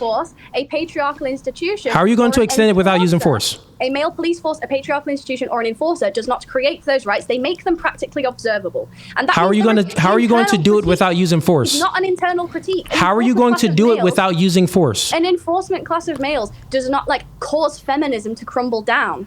No one's speaking about feminism right now. We're speaking about Papua New Guinea. How are you going to? We're not speaking about feminism right now. How are you going to stop the males over there in Papua New Guinea to stop doing those weird things to those children. Well, you How are you going to do it? Establish some kind of enforcement class of males, and you would also try and push for cultural progress that are both preference-based and granted via like reason and logic. So once again, all of your arguments. You would furthermore institute better It's circular. legal systems, such as lawyers, bureaucrats, politicians. You can speak about lawyers. Got it, Tilly. Listen, you can speak about lawyers. True power. Here's the thing. True power does not lie in the people that write stuff on paper. Yes, that isn't true does. power. That is false. Because we have civil wars. We have civil wars because of this. Well, okay, how many kings was overthrown in past history because the working class or the military went against them, opposed their views. So just because you can write stuff down on a piece of paper, that is not where true power lies. True power lies with the people that can enforce rights and create law and order. That's where true power lies. So you have this weird misunderstanding that, we'll create laws and we'll do this. Well, things on a piece of paper does not stop someone from killing someone. A man with a gun stops someone from killing someone. You don't know what you're speaking about. Why is it that when Jeff Bezos walks into, let's say Jeff Bezos is alone, his security is not with him. He's going to walk into an Amazon factory and there are hundreds of workers and they all hate him because he doesn't give them bathroom breaks and he doesn't pay them enough or whatever your criticism about. They all hate him. Why is it that they don't just kill him? Because you know why they don't kill them? That's the perfect question, Tilly. They don't kill Jeff Bezos if they hate Jeff Bezos when he walks into the Amazon warehouse, because they know that the threat of force will be upon them. They know that there's consequences for doing bad things in society. That's what they know. So therefore, they don't go ahead and kill them because they know that they're going to go to jail. There's going to be police officers come to take them in jail, and they're going to spend 70 years in prison because men enforced it. You get what I'm saying? Women can't do it. Force doctrine is simply that men hold the monopoly on the force, so women and the things that they think of, they have to appeal to men to enforce it. But also, men enforce other things as well for men. But that's what would happen. So you're not negating my argument. You're basically proving it. Okay, two things. The first one is, so just to generally clarify, you do admit that you appeal to stronger men than yourself for protection also. It's not stronger men, Tilly. It's not just stronger men. It's not to do with strength. What is it to do with? So once again, when I say that it's not just, I'm not saying that it's not to do with strength, right? Why would you admit just listen to stronger men for your own so just listen. No, we already, once again, Tilly, we already went through the argument and we spoke about Mike Tyson in his prime versus me, and I said here, real quick. Mike Tyson in his prime. I think in terms of where this disagreement is, okay? So, so you gave the example of, Tilly gave the example of in an Amazon warehouse, Jeff Bezos walks in, why don't they kill Jeff Bezos? And then No Fugazi, so you said that they were worried about consequences, but I think that, so Tilly's argument, I think, is you said they were worried about consequences, but you said consequences from society, not from just men. And I think Tilly's argument is that a necessary precondition for society to emerge from people is that there are going to be some agreements that you have to make respecting other people's agencies, and that from all of this respect, you get this thing called the social contract, and then from there, society emerges. But ultimately, you're appealing to that social contract and society, not just a group of men. So I think it's like a question of categorization of like, where do your rights... Listen, Destiny. Okay. Listen, Destiny, thank you that you followed... go ahead. No, thank you that you followed that argument, because the thing is, she's not peeling the layer back further enough. Yeah, you can break it all down to, okay, what is this? In my opening, which she never refuted the argument, what is a society? A society is a collection of people in an ordered community. Ordered community. How do you create order in a community? You create order in a community by putting mutual consequences. Trust, social enforcement. No, you don't. You can say mutual trust. If people disagree with you, you create order by putting consequences on people. So if they break a law, therefore, it's going to be the threat of violence. The threat of violence is what stops people from doing that. And men hold the monopoly on force and that threat of violence. This is why if Jeff Bezos walked in, his employees wouldn't kill him, because they know that men is going to put them in prison. That's why. Not women are going to put them in prison. It always reverts back to men have the monopoly on force. Okay, let's hypothetically speaking for you, Tilly. Let's say it's the case. Same example that you used. Jeff Bezos, all his employees hate him. He walks into Amazon warehouse, but in society, right? Women are majority of police force and military. But all of these, it's mostly men that work in warehouses. Do you think that the men would be as intimidated because some chicks walked in there and that's going to enforce it? Not at all. They're going to be more likely to kill Jeff Bezos. So under a matriarch, feminism argues that the enforcement class should be primarily female, and if so, like, what is the relevance to your argument? I also think that if I'm proving the argument that the only reason. Tilly, what I'm doing is I'm proving the argument that the only reason why men are worried about the threat of force is because it comes from other men, not from women, which proves force doctrine. Let's say you're sat if some chicks walked in and tried to say stop, and that was how society was created, men wouldn't stop. Let's say you sat in your car and you're driving along and you get a speeding ticket. A police woman pulls you over. She's got a gun. She writes you a ticket. She gives you the ticket. Are you going to comply with her?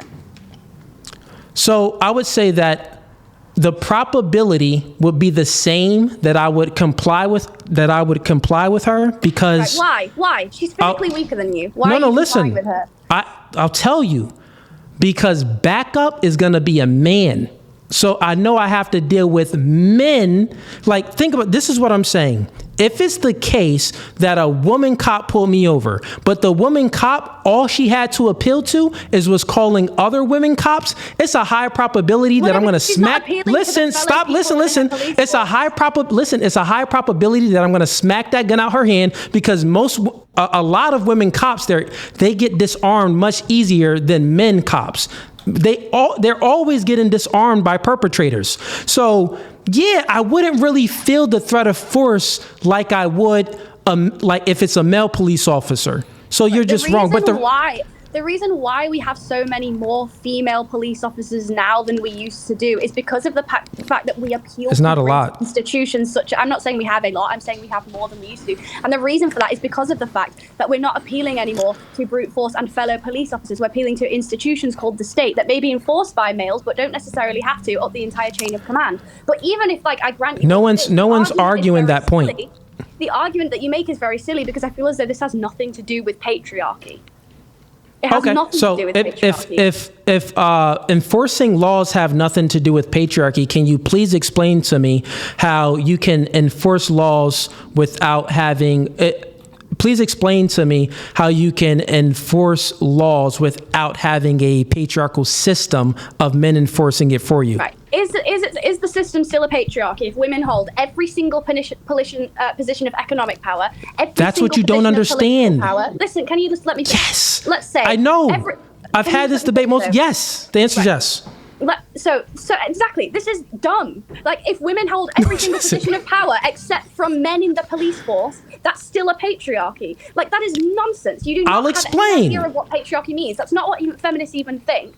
Like, if you want to defend patriarchy as being something necessary, you have to demonstrate that, like, men holding the predominance of power in society is a necessary good, right? But you can't do that. Because what I'm hearing from you is that the only thing that defines a patriarchy is whether or not men are in the police. So even if there was a woman prime minister, a woman behind the button of a nuclear weapon, a woman who is enforcing, who is asking those men to go out and do the stuff, it's still a patriarchy because men are doing the physical labor. That's just nonsense. This is like saying if a CEO of the company is like telling all of these manual laborers to do things. The manual laborers actually have way more power than the CEO. It's nonsense. It is not what patriarchy means. Okay. So where do you think power really lies? Do you think power lies in the hands of the people that write things on paper, or do true power lies in the hands of the people that can enforce said things that's on the piece of paper? But both of those things. No. Oh, it can't be both, because the people that can enforce it, well, they don't have to enforce the things that's on the paper. They're choosing to enforce the things that's on the paper. But the people that write the things on the paper, they don't have a choice but to appeal to the people that can enforce the things that's on the paper. So where does true power lie? Does true power lie in the hands of the lawmakers, the legislators, or does true power lie within the military and the police force? Where does true power lie? Well, who's behind the chain of command when it comes to people like the military? Where does true power lie? Tilly, don't move the goalposts. Where does true power lie? Well, I don't think that true power lies in an enforcement class of working class police officers. I think if you're going to choose between Tilly, then demonstrate how. Tilly, you have to you're not demonstrating how true power lies within the hands of the people that write things on a piece of paper, rather than the people that enforces the things on the piece of paper. Because at any time, the people that enforce the laws and the rights, they can choose to not enforce it. This is why civil war happens. This is why kings get overthrown since the beginning of time, because the people that have the monopoly on force, they choose to rebel against this class of people that's in authority. Can I ask a question? Can I ask a question to clarify for both of your positions? So first, just one name. Can each of you tell me, in the United States of America, or maybe even in the world, right? In the United States of America, who would each of you consider the most powerful person right now? Tilly, you can say it, and then Cooley, you can say it. Cooley, go ahead. Okay. You asked me who do I think that the most powerful person? Yeah, right now. Who's the most powerful person? Okay, so the most powerful individual would be the person that's in charge of the military. That's the most powerful person. Okay. So and that would be Donald. The most powerful person in the United States. That would be Donald Trump. Okay. And then Tilly, would you agree or disagree with that?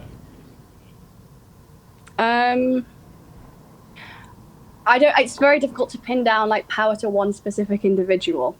Sure. Well, I would probably say it's like someone, potentially Donald Trump as well. Okay, so then if we say that Donald Trump is the but most... not because he's commander of the military. Wait, so if Donald Trump is the most powerful person... Real quick, so then each of you should explain why. And I'm not trying to lock you into this, has to be this, but like if you were to say Donald Trump, can each of you explain why do you think Donald Trump is the most powerful person in the United States? I'll let Cooley start. He controls the military. He protects our borders. He controls the military. So, that's why he's the most powerful person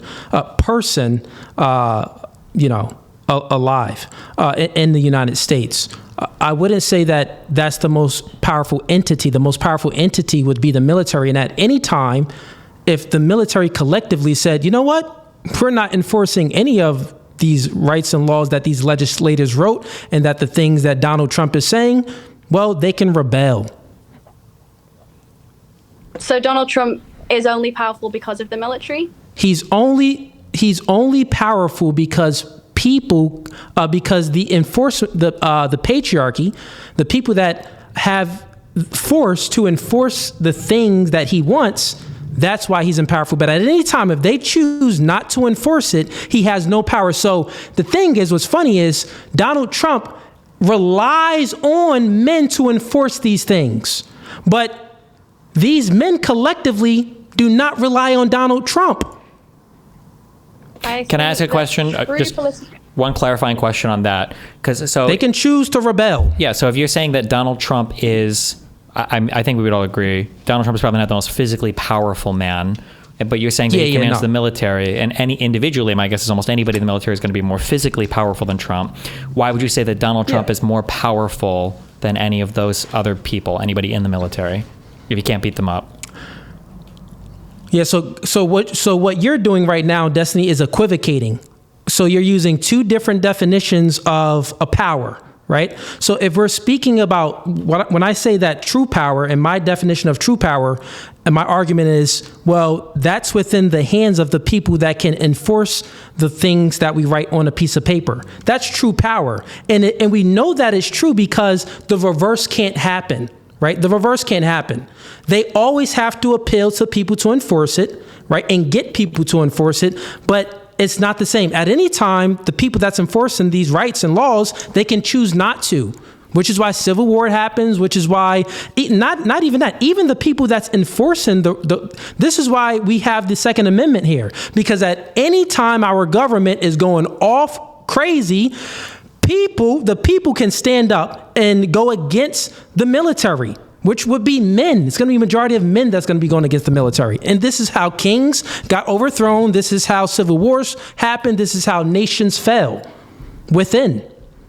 But it's always by men. So once again, all of these questions that you're asking, Destiny, and that Tilly is going through, it's all proving force doctrine. It's not negating the argument. It's actually fully demonstrating it. So I would say that power is to do with the ability to establish legitimate rules that other people recognize and follow. So whereas force is... Oh, darn. I didn't do that. She just went out. All right. Well, she'll come back in. All right. So, we've been going for an hour, 42 minutes. And, we could go for a little bit longer. I got time. This is pretty fun for me. You got time, Destiny? Because then we're going to spend 30 minutes allowing some people to call up. Yeah, I'm fine. Okay, cool. So once she comes back in, we'll go for 30 minutes longer. Then we'll shut this down, and then we'll go and start having some callers call in and ask myself questions and Tilly questions. And actually, let me put the link for people to join the stream at the end of the debate. Let me get you that link, and I'm going to pin the link in the YouTube comments, and that's going to be on my page, No Fugazi page. Anyone that's tuning in on Destiny's channel, come on in and ask me some questions, and try to catch me in some stuff, because I know you guys are definitely against me, which is fine though. I welcome it. 1 second.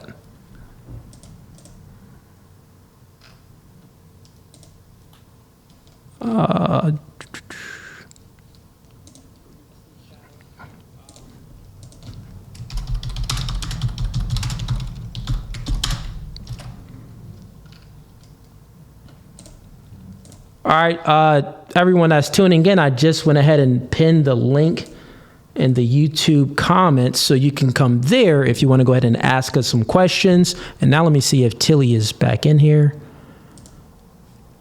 Okay, yeah. All right, let's try this again.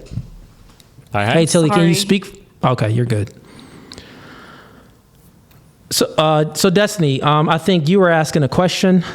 Or Tilly, Tilly, you were speaking. Yeah, I was saying that we were talking about definitions of power.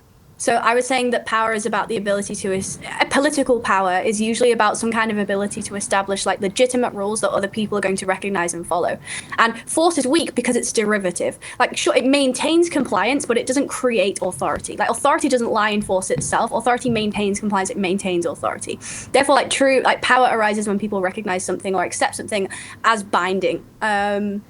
Like, for example, let's say you have like some kind of supreme ruler or dictator. That person has power because they define laws, they guarantee security. Like the soldier's sword or whatever, like that's only effective insofar as like laws confer the legitimacy of that. Because the state isn't just that which has a monopoly on force, it's that which has a monopoly on legitimate use of force, what is considered legitimate. This is why a police officer could probably shoot me and be more likely to get away with it, but I can't shoot someone and get away with it almost ever. Yeah, so once again, everything that you said isn't disproving it, it's actually proving it, because it's all going to resort back down to the people that can enforce the constructs that you have in your mind. Because that's all the things that you said is just all laws. All of these things are just ideas in the mind. It's written things that you have on a piece of paper. And then what you do is you have to go to people have to believe in it. They have to be influenced to say, you know what? I'm going to enforce this law. This is why people go to, to be a police officer. This is why they go into the military, because they believe in America. They believe. You get what I'm saying? But at any time, if they don't believe, this little piece of paper holds no weight. So therefore, you always have to keep appealing to get the people to believe in whatever the construct whatever the law and the right is. To their head? You're doing that by threatening them with violence? That sounds like authoritarianism. You're doing it by defining No. You're doing that's it not by what I said. Social norms. You're doing it by organizing collective action. And yes, I'm saying that's the only way that right equals force. So this thing that you have on a piece of paper, then please, Tilly, if it doesn't equal force, if rights don't equal force, please point to a right. Can you touch a right? Please demonstrate how you have these rights currently right now in the UK if men aren't there to enforce it. You wouldn't have a right if men weren't there to enforce it, because other men would come and take whatever idea you had in your mind. They would take it away. No, the right wouldn't be enforced. Tilly, if you think that you can walk down a street, put it like this, I'll fully demonstrate it, right? In Afghanistan, our troops was over there in Afghanistan. And when our troops was over in Afghanistan, women had actually certain rights in Afghanistan. They was going to school. They was just, walking the streets normally and stuff. They were kind of chilling, right? But then when American soldiers left Afghanistan, guess what happened? The Taliban took over and took away all women's rights. No, it didn't. The Taliban military, the United States, our military, when they left, the Taliban took over, and guess what? Women wasn't going to school no more when the Taliban took over. What are you speaking about? They still have the right to go to school. Not if men don't allow them to go to school. Right. This is why I've repeatedly said that force doctrine, doesn't make sense. No, right? Tilly, you don't make sense. Map it onto reality that rights, how do you have a right without it being enforced? Right, I feel like I've already done this sufficiently. You haven't done it at all, Tilly. You haven't done it. Even if I do grant you, male physical prowess matters. Of course it matters. I don't think it matters to justify patriarchy. Because all it demonstrates... Then how can you have a patriarchal society without men? Is it going to be women enforcing things? Well, what do you mean? How can you have societies as a collection of people in an ordered community? How do you create order if you don't have men enforcing order? Demonstrate it. How can one create order? Because I'm not arguing that men shouldn't enforce order. You're speaking about societies. So here's what I'm saying. What the things that you presuppose, you're missing things. The debate is about is patriarchy necessary and good for societies? You won't have a society if the society doesn't have any order. That would be chaos. Look at what societies means. It's ordered communities. How do you have order if you don't have men to enforce the things that people have in their mind to create said order? This is where I differentiate from the force doctrine thing. The reason why I said that this force doctrine is a rapist mentality is because I said that men who ascribe to this idea believe that they are granting women some kind of benevolent freedom, that they are granting women something rather than that right. It's not just about women, it's men too.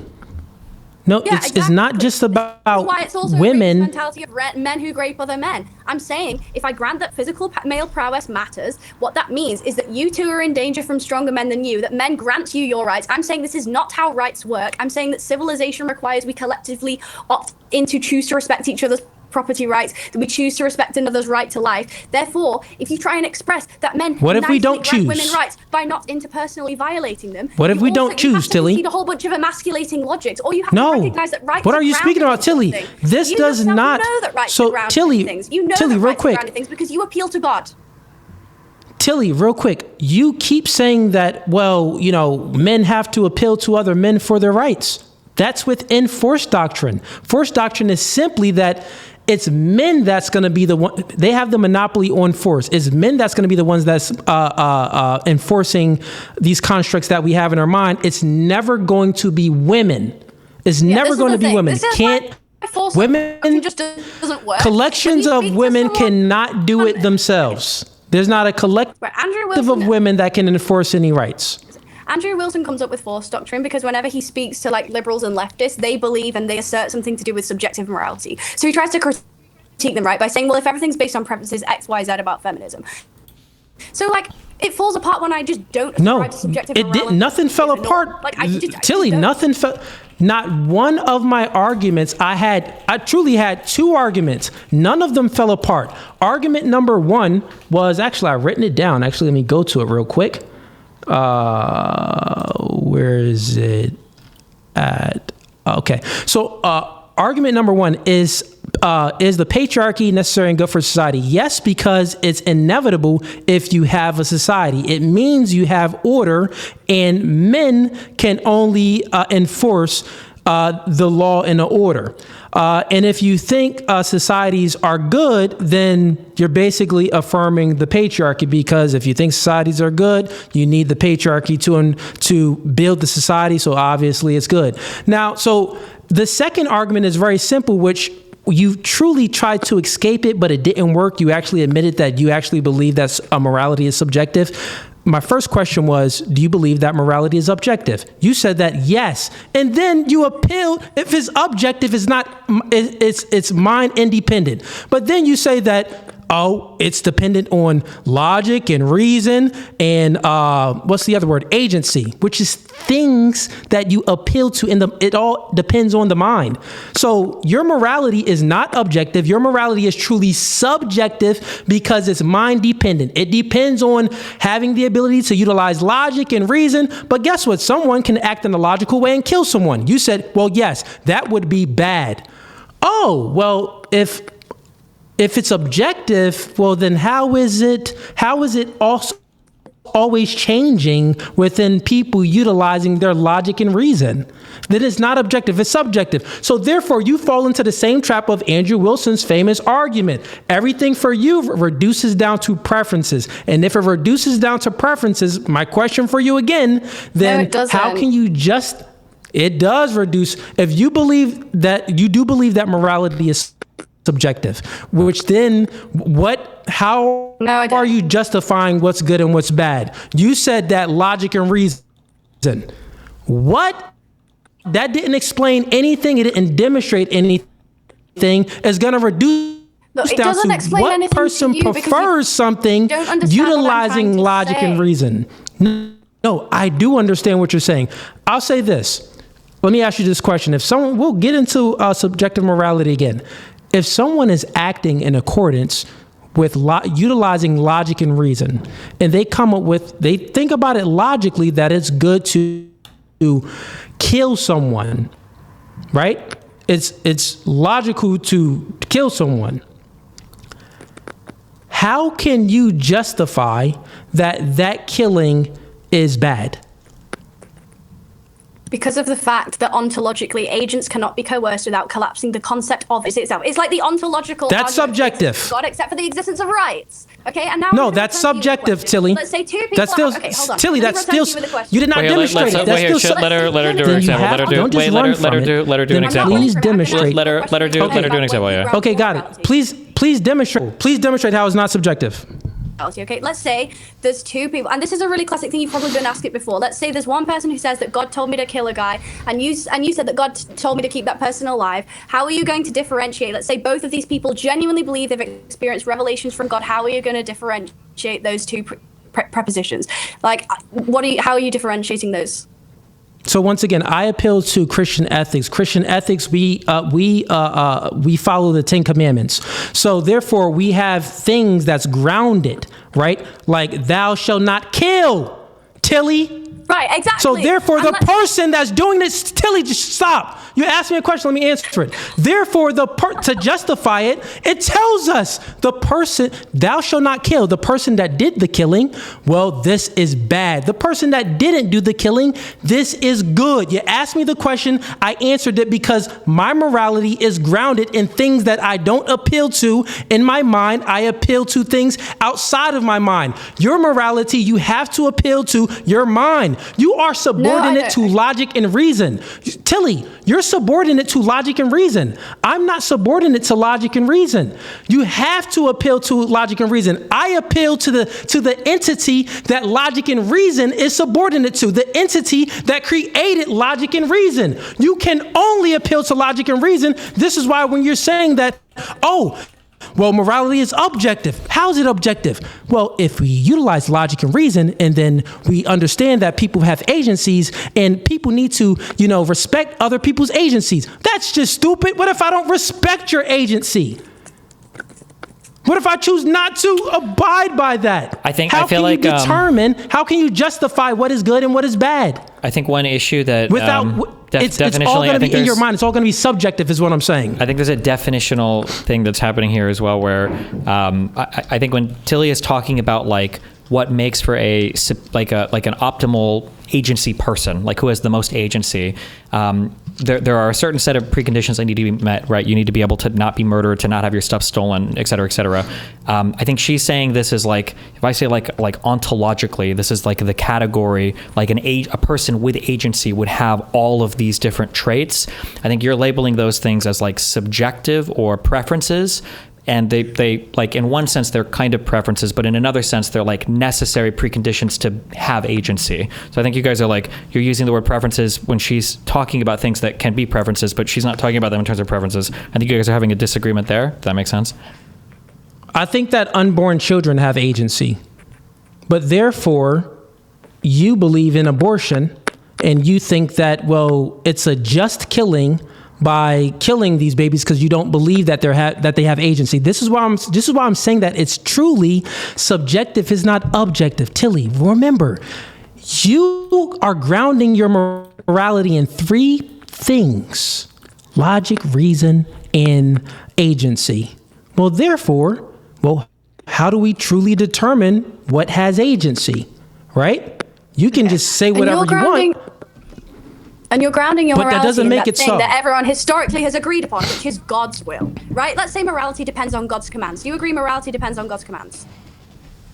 I'm going to assume you mean yes, right? For an act to be morally right, we have to know what God's will is. People disagree on God's will. Therefore, morality is contingent on human beings' interpretation. On anything guaranteed by reality, it means morality becomes subjective in and of itself, which means it depends on which human being you trust, rather than the necessary conditions for agency. It's no longer universal. It's non-negotiable. It's not non-negotiable. It's not logically binding, which means that my method of grounding reality is better, even if I can see that it's flawed. It's better than God, that thing that no one agrees on what God's will is. Yeah. So once again, all you said was morality is subjective. You're not. No, I'm saying. Real quick, everything that you just said, you was like throwing stuff on a wall, and none of it stuck. None of it stuck, and I'll explain why. Well, real quick before, because I think you guys have looped on this. I get like a clarifying question would be: let's say you have two Christians who are different denominations. I imagine both of these people believe that just in some ways they're following the will of God, but they come across some moral disagreement, say related to premarital sex. If you're appealing to God's commands or God's actions or special revelation or whatever else, how do these two people settle their moral disagreement? I was going to explain it. Okay. Yeah, I'll explain it. So, when I say that morality is objective, when I say that it's objective, I don't appeal to the things that I have in my mind because we have our own desires. I may desire something and I desire it so much. Like in my worldview, a homosexual, he desires, homosexual sex, right? This is a desire, and he may actually feel that it's good because he desires it, and he can think that it's a loving thing. But under my worldview, we don't appeal to our flesh food desires, right? Our flesh food desires is all subjective. It's not objective, right? So when I say that God sets the standard of morality, he sets the standard of what's good and what's bad and what's going to have consequences, and he puts the consequences on the good and the bad. Yeah, but I'm just asking, God. For two people, how do they resolve a disagreement in God's commands? If two people, because there's different denominations, right, of like Christianity. So how do two religious people? So how do they resolve a difference there? So once again, we don't even have to speak about that. That would be moving the goalposts, right?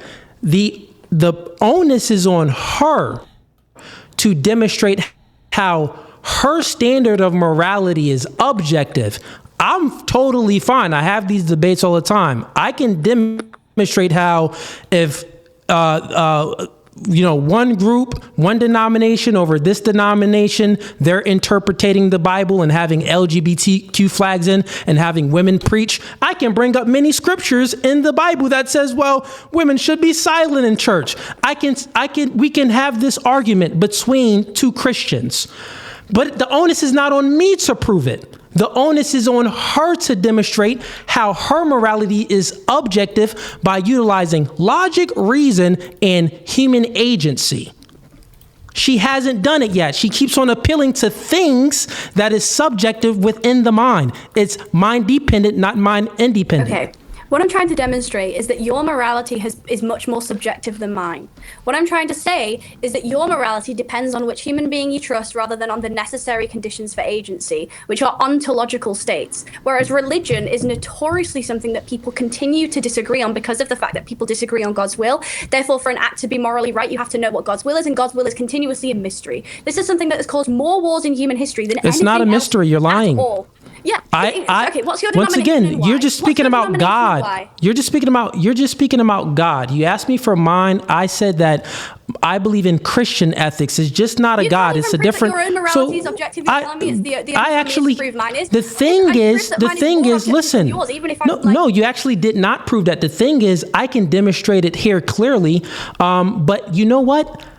I don't actually have to demonstrate it because the onus, it's like if I ask you a question, you don't answer it, and then you ask me a question. Oh, demonstrate this. Well, I'm having trouble demonstrating it. Well, how about you demonstrate yours? That's what you're doing right now. You cannot you are doing that. You cannot ground your morality being objective. It's all subjective to your own mind. So once again, if you utilize logic and reason and listen, if you utilize logic and reason and you utilize agency, those are the three things you use to ground morality to make it objective. Well, is logic and reason dependent on the mind? Okay. So the first thing I'll say is answer those questions. Is logic and reason dependent on the mind? Is agency dependent on the mind? I think it's lagging a little bit right now. Soon. But I'm also, hold on, I'm going to answer the question. I think there's a little lag right now. Oh no, Tilly, you were cutting out. I have to go to sleep soon because we said the debate would be an hour and a half. It's been more like 2 hours. Yeah, Tilly, you were just cutting out. That's why we were speaking, but I'm sorry, go ahead. Is it okay now? Yeah. Yeah, it's good now, but yeah, go ahead. We'll wrap it up right after you say this. We'll do closing statements. Did you hear everything? Okay. So what I was going to say is the reason why agency-based morality or like contractarianism is better than religious morality in terms of a measurement of objectivity is because agency-based morality is derived from the necessary conditions of action. So, for example, non-coercion, self-continuity. Those conditions cannot be denied without contradiction, just like 2 + 2 is 4, just like gravity. Divine command morality, stuff about God, is mediated by human interpretation. People don't agree on what God commands. The objective basis of morality becomes subjective in practice. So if you care so much about in practice, maybe you should care about what the enforcement mechanism for your Christian ethics, given that every single war in human history, with some rare exceptions, are caused by some kind of religious disagreement. What I would say is that agency-based morality applies to all agents equally. Divine command morality depends on authority, revelation, religious belonging, basically a bunch of nonsense, right? And therefore, agency-based morality is rationally justifiable, whereas divine command morality, is open to so much more rational scrutiny than that. Okay, are you done? Yes. Okay, so I'll just refute what you said in my closing, since you said you had to go. But would you have time for a few callers to come in? Honestly, I have a thing at 10 a.m. in the morning, so you got like if the debate was half an hour, you got like 15 minutes to spare. I have okay. Hold on. Look, I'll show you. My schedule tomorrow is I have a 10 a.m. supervision, and so I have to be up really early. And we mentioned the debate would be around an hour and a half. So if the debate had ended half an hour early, I would take a bunch of the calls. Yeah, well, I'm just asking, do you have 15 minutes to spare? Yeah, I don't know. Well, I can come back. Well, tell me what you do. Tell me what you do know. Answering the calls.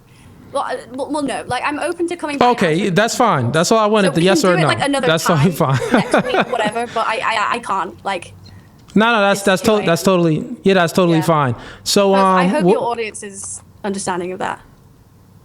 No, I mean totally fine. You did agree. I see that when my team reached out to you, you did agree to 2 hours, but then also 30 minutes of taking calls. That's what you did initially agree to. I think when you said the debate would be an hour and a half, just even on this stream, you said we'd keep it to around an hour and a half and then calls. But yeah, I don't. You know what? Right? You know, it's all good. I think that even when I mentioned it again, it's all good. We can do closing.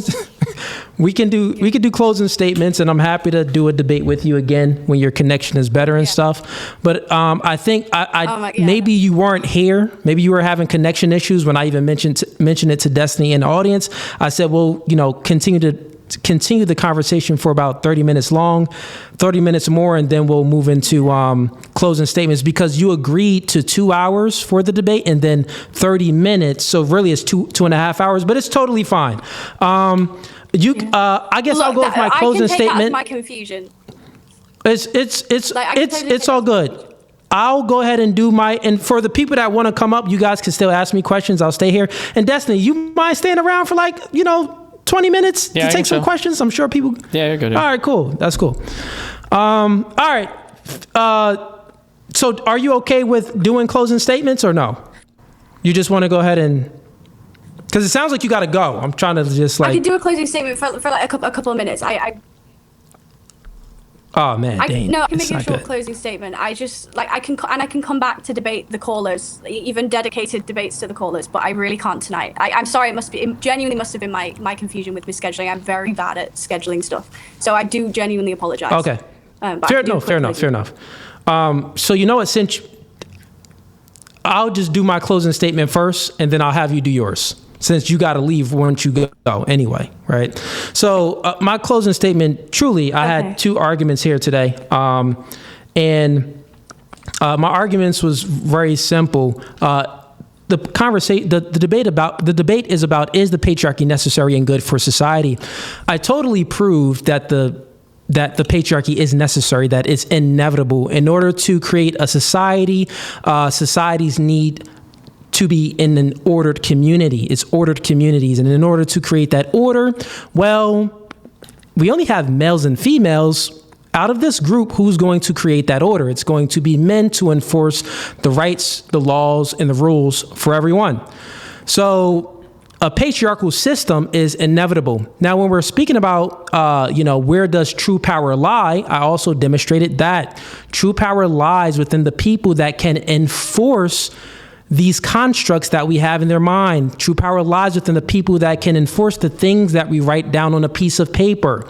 Because the people that can write things down on a piece of paper, if they can't enforce anything, they don't have any rights, right? So they're relying on the people that can enforce it for them. Now, whether these people are influenced, whether these people are coerced, whatever it may be, they are still relying on those people to enforce it. And also at any time, collectively, men can say, you know what? They can have a change of mind. I don't want to enforce this law anymore. I don't want to enforce this right.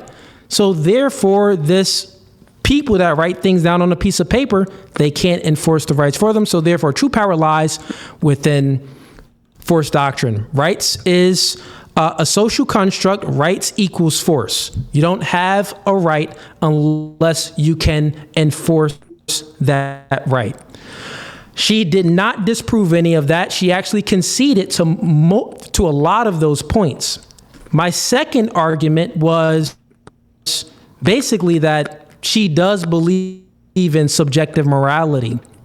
She does. She tried to ground her morality in things like logic and reason and things like human agency. She says that, human agency, we kind of just have this, feeling that we know that, we have agency of life and all of these things, and collectively we agree on this. So therefore it's collectively we agree on this agency, because if collectively we don't agree on this agency, then this agency that she thinks in her head can be taken away by force, can be taken away by people. So therefore, it is all subjective. It is not objective. It's mind dependent, not mind independent. I don't think that she truly understands the definition of objective, or maybe she was equivocating to use a different standard of a definition of objectivity. Just as a quick thing, I don't have a timer running for these closing statements, so I don't know if we're the famous Andrew Wilson argument. If it's the case that morality, everything is subjective, well, what system does she appeal to justify the good and the bad? She really never even on things, and we give people rights. So this is the system. Wait, okay. Well, it might be lagging a little bit. Is it you? Yeah, I don't know if I didn't know. I thought this was gonna be very short. Sorry, I didn't have a timer running. I'll wrap up. It was going on a rant there. Go for it. But once again, her belief, she states that morality is objective, but she's an atheist. I think it's lagging a little. Oh, okay. Yep. All good, man. It looks like it's 2 against 1, chat, but it's okay. I lost my train of thought there, but basically, she believes that morality is actually subjective. She can say that it's objective, but she actually truly never demonstrated how it's objective.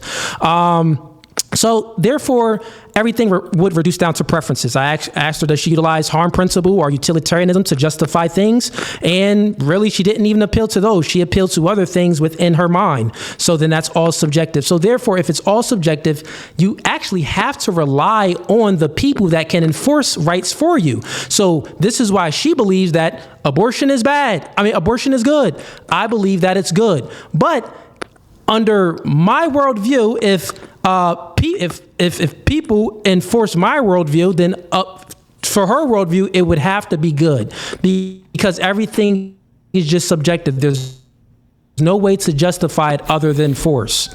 I'll go ahead and land my plane there. But yeah, Tilly, I'll give you got the floor, and you can go as long as you want since you're about to leave anyway. Okay. Well, look, I'll make it short. Patriarchy is not a benign, nor is it a necessary structure, because it privileges private and decentralized force over institutionalized and restrained power. Therefore, it undermines the conditions that make cooperation and stability possible, those conditions being rights. Civilization is founded on a mutual recognition of rights and the collective restraint of private violence. Patriarchy reverses this. It normalizes domination. It creates structural instability. It leaves both men and women exposed to arbitrary coercion from the stronger. Feminism, by contrast, is a completion of the social contract because it extends rights, it extends protections to all agents, it enforces restraint through institutions, and it erodes cultural norms that perpetuate arbitrary coercion and domination. The evidence that I was hoping to get onto in this debate, which unfortunately we didn't, is very clear that societies that embrace restraint produce trust, prosperity, safety, well-being for everyone. Those are usually the most feminist societies. Patriarchy is not power. Patriarchy is not civilized. It is not rationally grounded in rights or social contract principles. It is not the framework that secures freedom, equality, or stability. I will just keep it that short. I would love to schedule another debate or something where we dedicate taking the calls, if possible. Let's drop you a DM. Let's do it again. Yeah, it's so like, I'm sorry. Sure, I'm only I'm not laughing at either of you. It was good decorum. We have I'm sorry. the back and forth and stuff like that. Appreciate you for coming on.